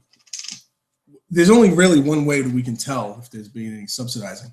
How much residential trash does the city I'm still collect? working on that, Dollar. Oh, I'm still okay. working on it. And how much residential trash does the city collect in comparison to what businesses and government agencies amass? That's going to be a future show because I actually have a very, very big breakdown to share with Oh, that's everybody. nice. But I was late today, so no bueno, couldn't do it. The other part of this article says, they're talking about Pacheco. Ken Pacheco said, pickups for the businesses, which are scattered across the city, require sending the recycling trucks outside of their normal areas. While the entire city uses single stream recycling, meaning metals, paper, cans, and bottles, and other recyclables being combined in a container, the city has only rolled out the cart program to only 25% of residences so far. So this is back in 2011. So even way before all this, 900 businesses were already grandfathered in. Why wasn't that changed? None of our councilors seem to question the grandfathered businesses. Why are they grandfathered? Can we change that? Because these businesses, 900 businesses, seriously should not be receiving free recycling services or free solid waste services at all. 900 blew me away when I saw 900. And there's actually more. It goes on to talk about other businesses who get the recycling. 900 businesses, that's just trash and recycling. Those businesses are grandfathered in. So that's not the rest of the businesses that are being collected from. Those are just the ones that are grandfathered in and don't have to buy bags. They don't have to pay any kind of fees for their trash pickup. Sad. But they do it to the taxpayers. Taxpayers, property owners, no city councilor is sticking up for the property. Who was the taxpayer. city administrator in 2011? 2011. Is that Carrera in there? Let me think. Might have been Bob Carrera in there. Great. And I don't know who his administrator was. Well, I just want to know the exact date of that address. This is May 16th, 2011, this article. May 16th, 2011. So we could check on who the city administrator was. I just think that like when you have a problem that exists. Mhm. Well, that right there, to me, it speaks volumes because here, you know, I'm always saying that the city councilors say we don't have enough of information. We don't have enough of information. We don't have enough of Bob information. Carrera was not the mayor in 2011. That was Will Flanagan. Did he become mayor in 2011? No, I think he When did he became win? mayor in 2009. Really? I could be off. Yeah. I So I don't think so. I don't think he was mayor in 2009. I think Carrera might have been. So 2011 was Flaney. Are you sure? I don't think so. All right, we're gonna find He out. might have got elected in 2011. Yeah, he might have gotten elected in 2011. I don't think he was the mayor. I think it was Bob Flanagan Carrera. was mayor. Jen, my friend Jen just texted me. Thanks for listening, Jen. Flanagan was the mayor. And in 2011, Sean was the city administrator. Ooh, we're gonna have to double check on that. Oh. That's great. Whoever's doing that, thank you, because I didn't even really think about that. Who the city administrator was. Pretty sure. So you mean Sean Kadeem allowed 900 Listen, businesses? Nikki, you're lucky. I'm sitting in this seat right now. 900 businesses to receive free trash and recycling services? Say it ain't so. Say it ain't so, Trot. He was the one who was saying that we needed to pay that monthly trash fee for the kids. We needed money for our school department, Trot. She's punching me in the arm, everybody. Didn't we? Our kids. In case I go missing. Our kids need learning. In case I go missing, people will know. Our kids need learning, Trot. They need splash pads. Yeah, that's right. So I was right. Jen is confirming that I was right. Boom. No, I'm just playing. I didn't say you were wrong. So Flanagan won the election in 2009, but he was the mayor from 10 to 14. Wow. Yes. So then we can confidently say, was Sean Kadim the city administrator in 2011? Pretty sure he was. It could have been him. Oh, we need to double check on that, because if it's Kadim, I got questions. Well, you got 11. So he won. He won in 2011, the election in 2011, and Cathy and Vivieros is right behind him by just a couple of thousand votes. And I think that's when he decided to have her become the administrator. But when you wrote that article was May 2011, right? Yeah. So definitely Sean was the May administrator 2011. Wow, it was already that long ago they let him go? Yeah. So Sean was the administrator at that time. Interesting. Yeah. Interesting turn of events. Yep. And see how it goes? Yeah, but he must have did what he was told. I just think that when you're in a position where you've assisted in putting in the city in this position, and then point the finger at people who may or may not be adding to the problems, you're also just as implicit. We need to clean house completely of everybody that used to hold a position in the city, because they've gotten us nowhere, and move forward with some of these new guys and add some new guys. And I'm not just talking about myself here. You don't even need to vote for me, but vote for some new people and get some new faces and get some new, not ideas, but new mentalities. That's really, it's not about ideas. I hear the term ideas quite a lot when we're talking about candidates in politics. Ideas are good, don't get me wrong, but you need philosophy, you need mentality, you need a person who has the natural inclination to put the people first rather than their own little whatever they got going on. That's really what it's all about. That's really what it's all about. So anyway, we got about 5 minutes left. You know if there's a game coming on this next Sunday? There is. Obviously, you watched. I mean, I like tic-tac-toe as much as anybody else, but the tic-tac-toe championships is going to be on next Sunday. Is it? It's going to be phenomenal. Awesome. Can't wait. Can't wait for that. Hope those checkers aren't deflated. I mean, really. No. Super Bowl Sunday, next Sunday. Very, very happy to see the New England Patriots there. I actually, of all the Super Bowls that I've seen the Patriots play, and maybe I'm jinxing everything now. Yeah, shut up. Just don't even say it. Please don't even say it. Just don't say it. Wait. Please.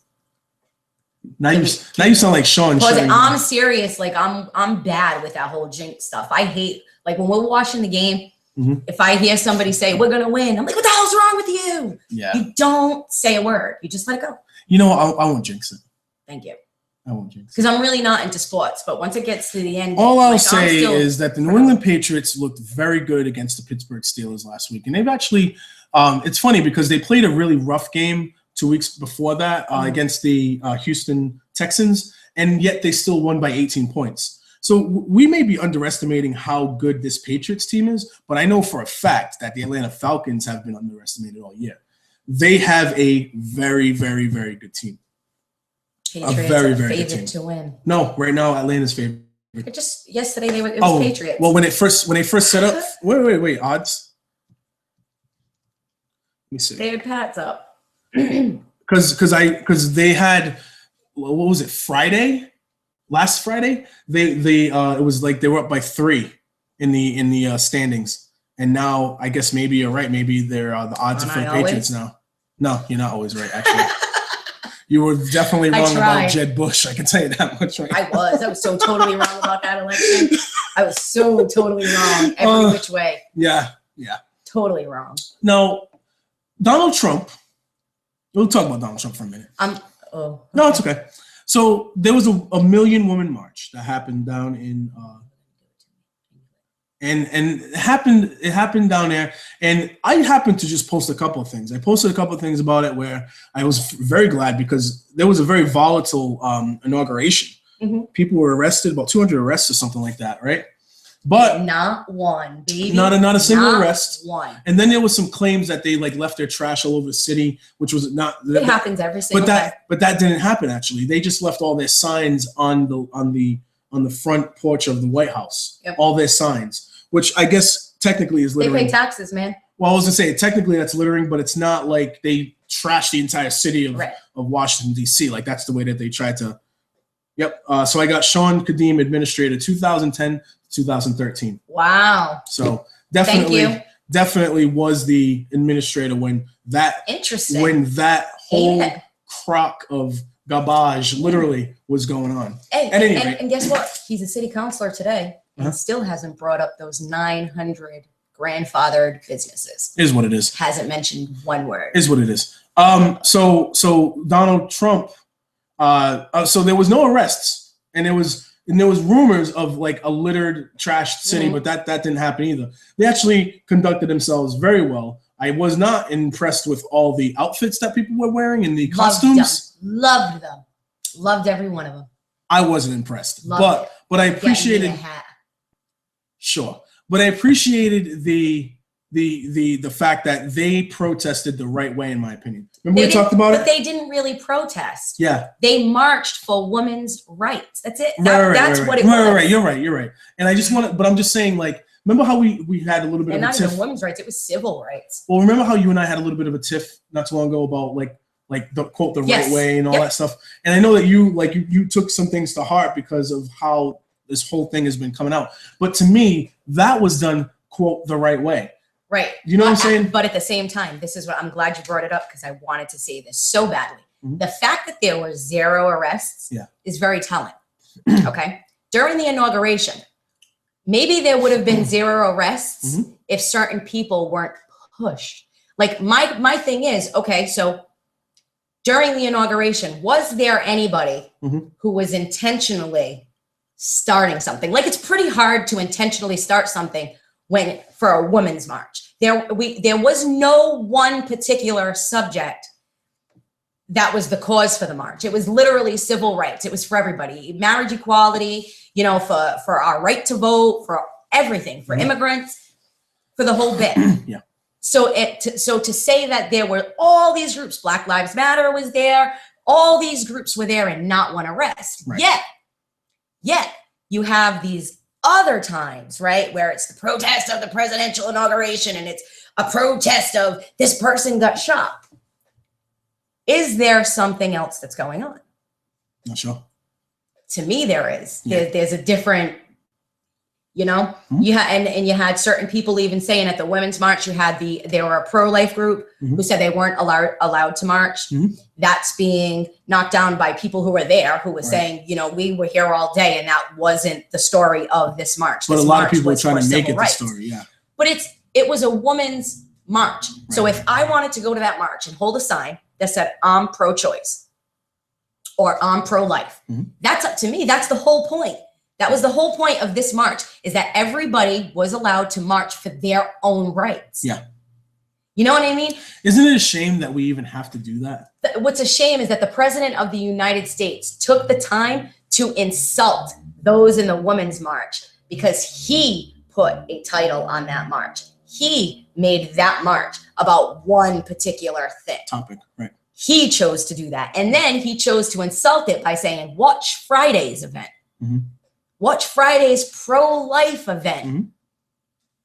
So what does that tell you? He's not speaking for people in the country. He's speaking for a certain. Well, he's a one-track minded thinker in a lot of ways, because when he was asked, and I'll never forget it, in the debate with Hillary Clinton, he was asked, what are you going to do from your position as the president of the United States to help heal the wounds that have been inflicted through this whole racial problem and the police and all that? And his first thought was law and order. He's sending the feds into Chicago. I'll be the first law and order president. And he brought up stop and frisk almost immediately in that conversation. So his that's not going to heal No. any kind of racial divide or anything like that. And I don't even think it's the president's responsibility to do that. And not at any point. But for him to always, every topic of discussion, he immediately clings on to that one thing that's going to push and drive an agenda. So when he saw the Million Women's March, as the president of every individual in the United States, he could have just said I respect their right to march, blah blah blah blah blah. But instead, he made an abortion topic real quick. When it came to bringing people together, based on all the violence, he chose to jump into an agenda on the law and order and stop and frisk. He's going to do that. This topic of discussion on the wall, Mexico has indicated they're not looking to pay for the wall. And I asked the question, and unfortunately nobody really answered me. There's all kinds of people all over Facebook that love to post their opinion on Donald Trump. When I ask a real productive question, nobody seems to want to answer anything. It's just like they want to just go off on a tangent on their emotional piece and then they got to get all their emotional stuff out. But the truth of the matter is a wall quote hashtag necessary? Is it? Is a wall necessary? It can be. I know you're on the fence on these things, but I'm on a wall. No. The only reason I'm saying it is because I'm super against a wall. Want to build the wall in a few more years? You want to build that wall? Go right ahead. Because eventually, hold on, because I'm going to explain that right now. Eventually, there are going to be people who tear that stuff down. Well, I just want to know, real quick, before we go into too deep in it, do you need a wall? No. Because really, this is what I feel a wall is going to do. If Donald Trump is successful in building a wall, I don't believe that Mexico is paying for the whole thing. It's just not going to happen. I think that your tax dollars in America will contribute to this wall, one way or the other. And I just wonder if this is going to be like a Boston Big Dig thing, where it's going to be a huge expenditure and get us nowhere. Is the purpose of this wall? Is it an emotional thing? Get them out of our country. Is it right? It was a vote thing. Right. Is this a thing is this an emotional thing where you just simply don't want to see immigrants come into this country and you think that wall is a symbol of that? Or is it something that's more productive? Are you going to see economic benefit? Are you going to see crime statistics go down? Do you feel or do you anticipate that is what the wall is going to do for this country? I really don't believe that the expenditure is worth the results. I think that, you have legitimate reasons to want to, I hate the fact, and I'm sorry, but I hate the fact that people who don't contribute to society or don't contribute to the system can get benefits from the system. I think you got to get a contribution. I one way or the other. So no. There are people. There are people out there that do. I'm not saying all of it. I'm not saying even 100% or even 50%. I'm saying there is a population that does. Where? Huh? Where? You want me? I mean, we could go down the street. No, I really would if somebody has. I'm not going to do that, but I'm not going to do that because if you don't know a person who's acting like they're on disability and collect from the state or from the city, absolutely, but again, not immigrants. No. I'm just saying in general. There are people out there that don't contribute to society that reap benefit society, and I'm willing to say that some of them are illegal immigrants. I'm going to say that illegal immigrants can't get help like that. We're going to find out. All right, But anyway, we're. But the thing is, I don't believe building a wall and the expenditure on that wall is going to solve that problem. Not at all. That's all I got to say. Cristela, I believe her last name is Alonso. She is a comedian. On Netflix, she has a show called Lower Classy. It's one of her stand-ups. Okay.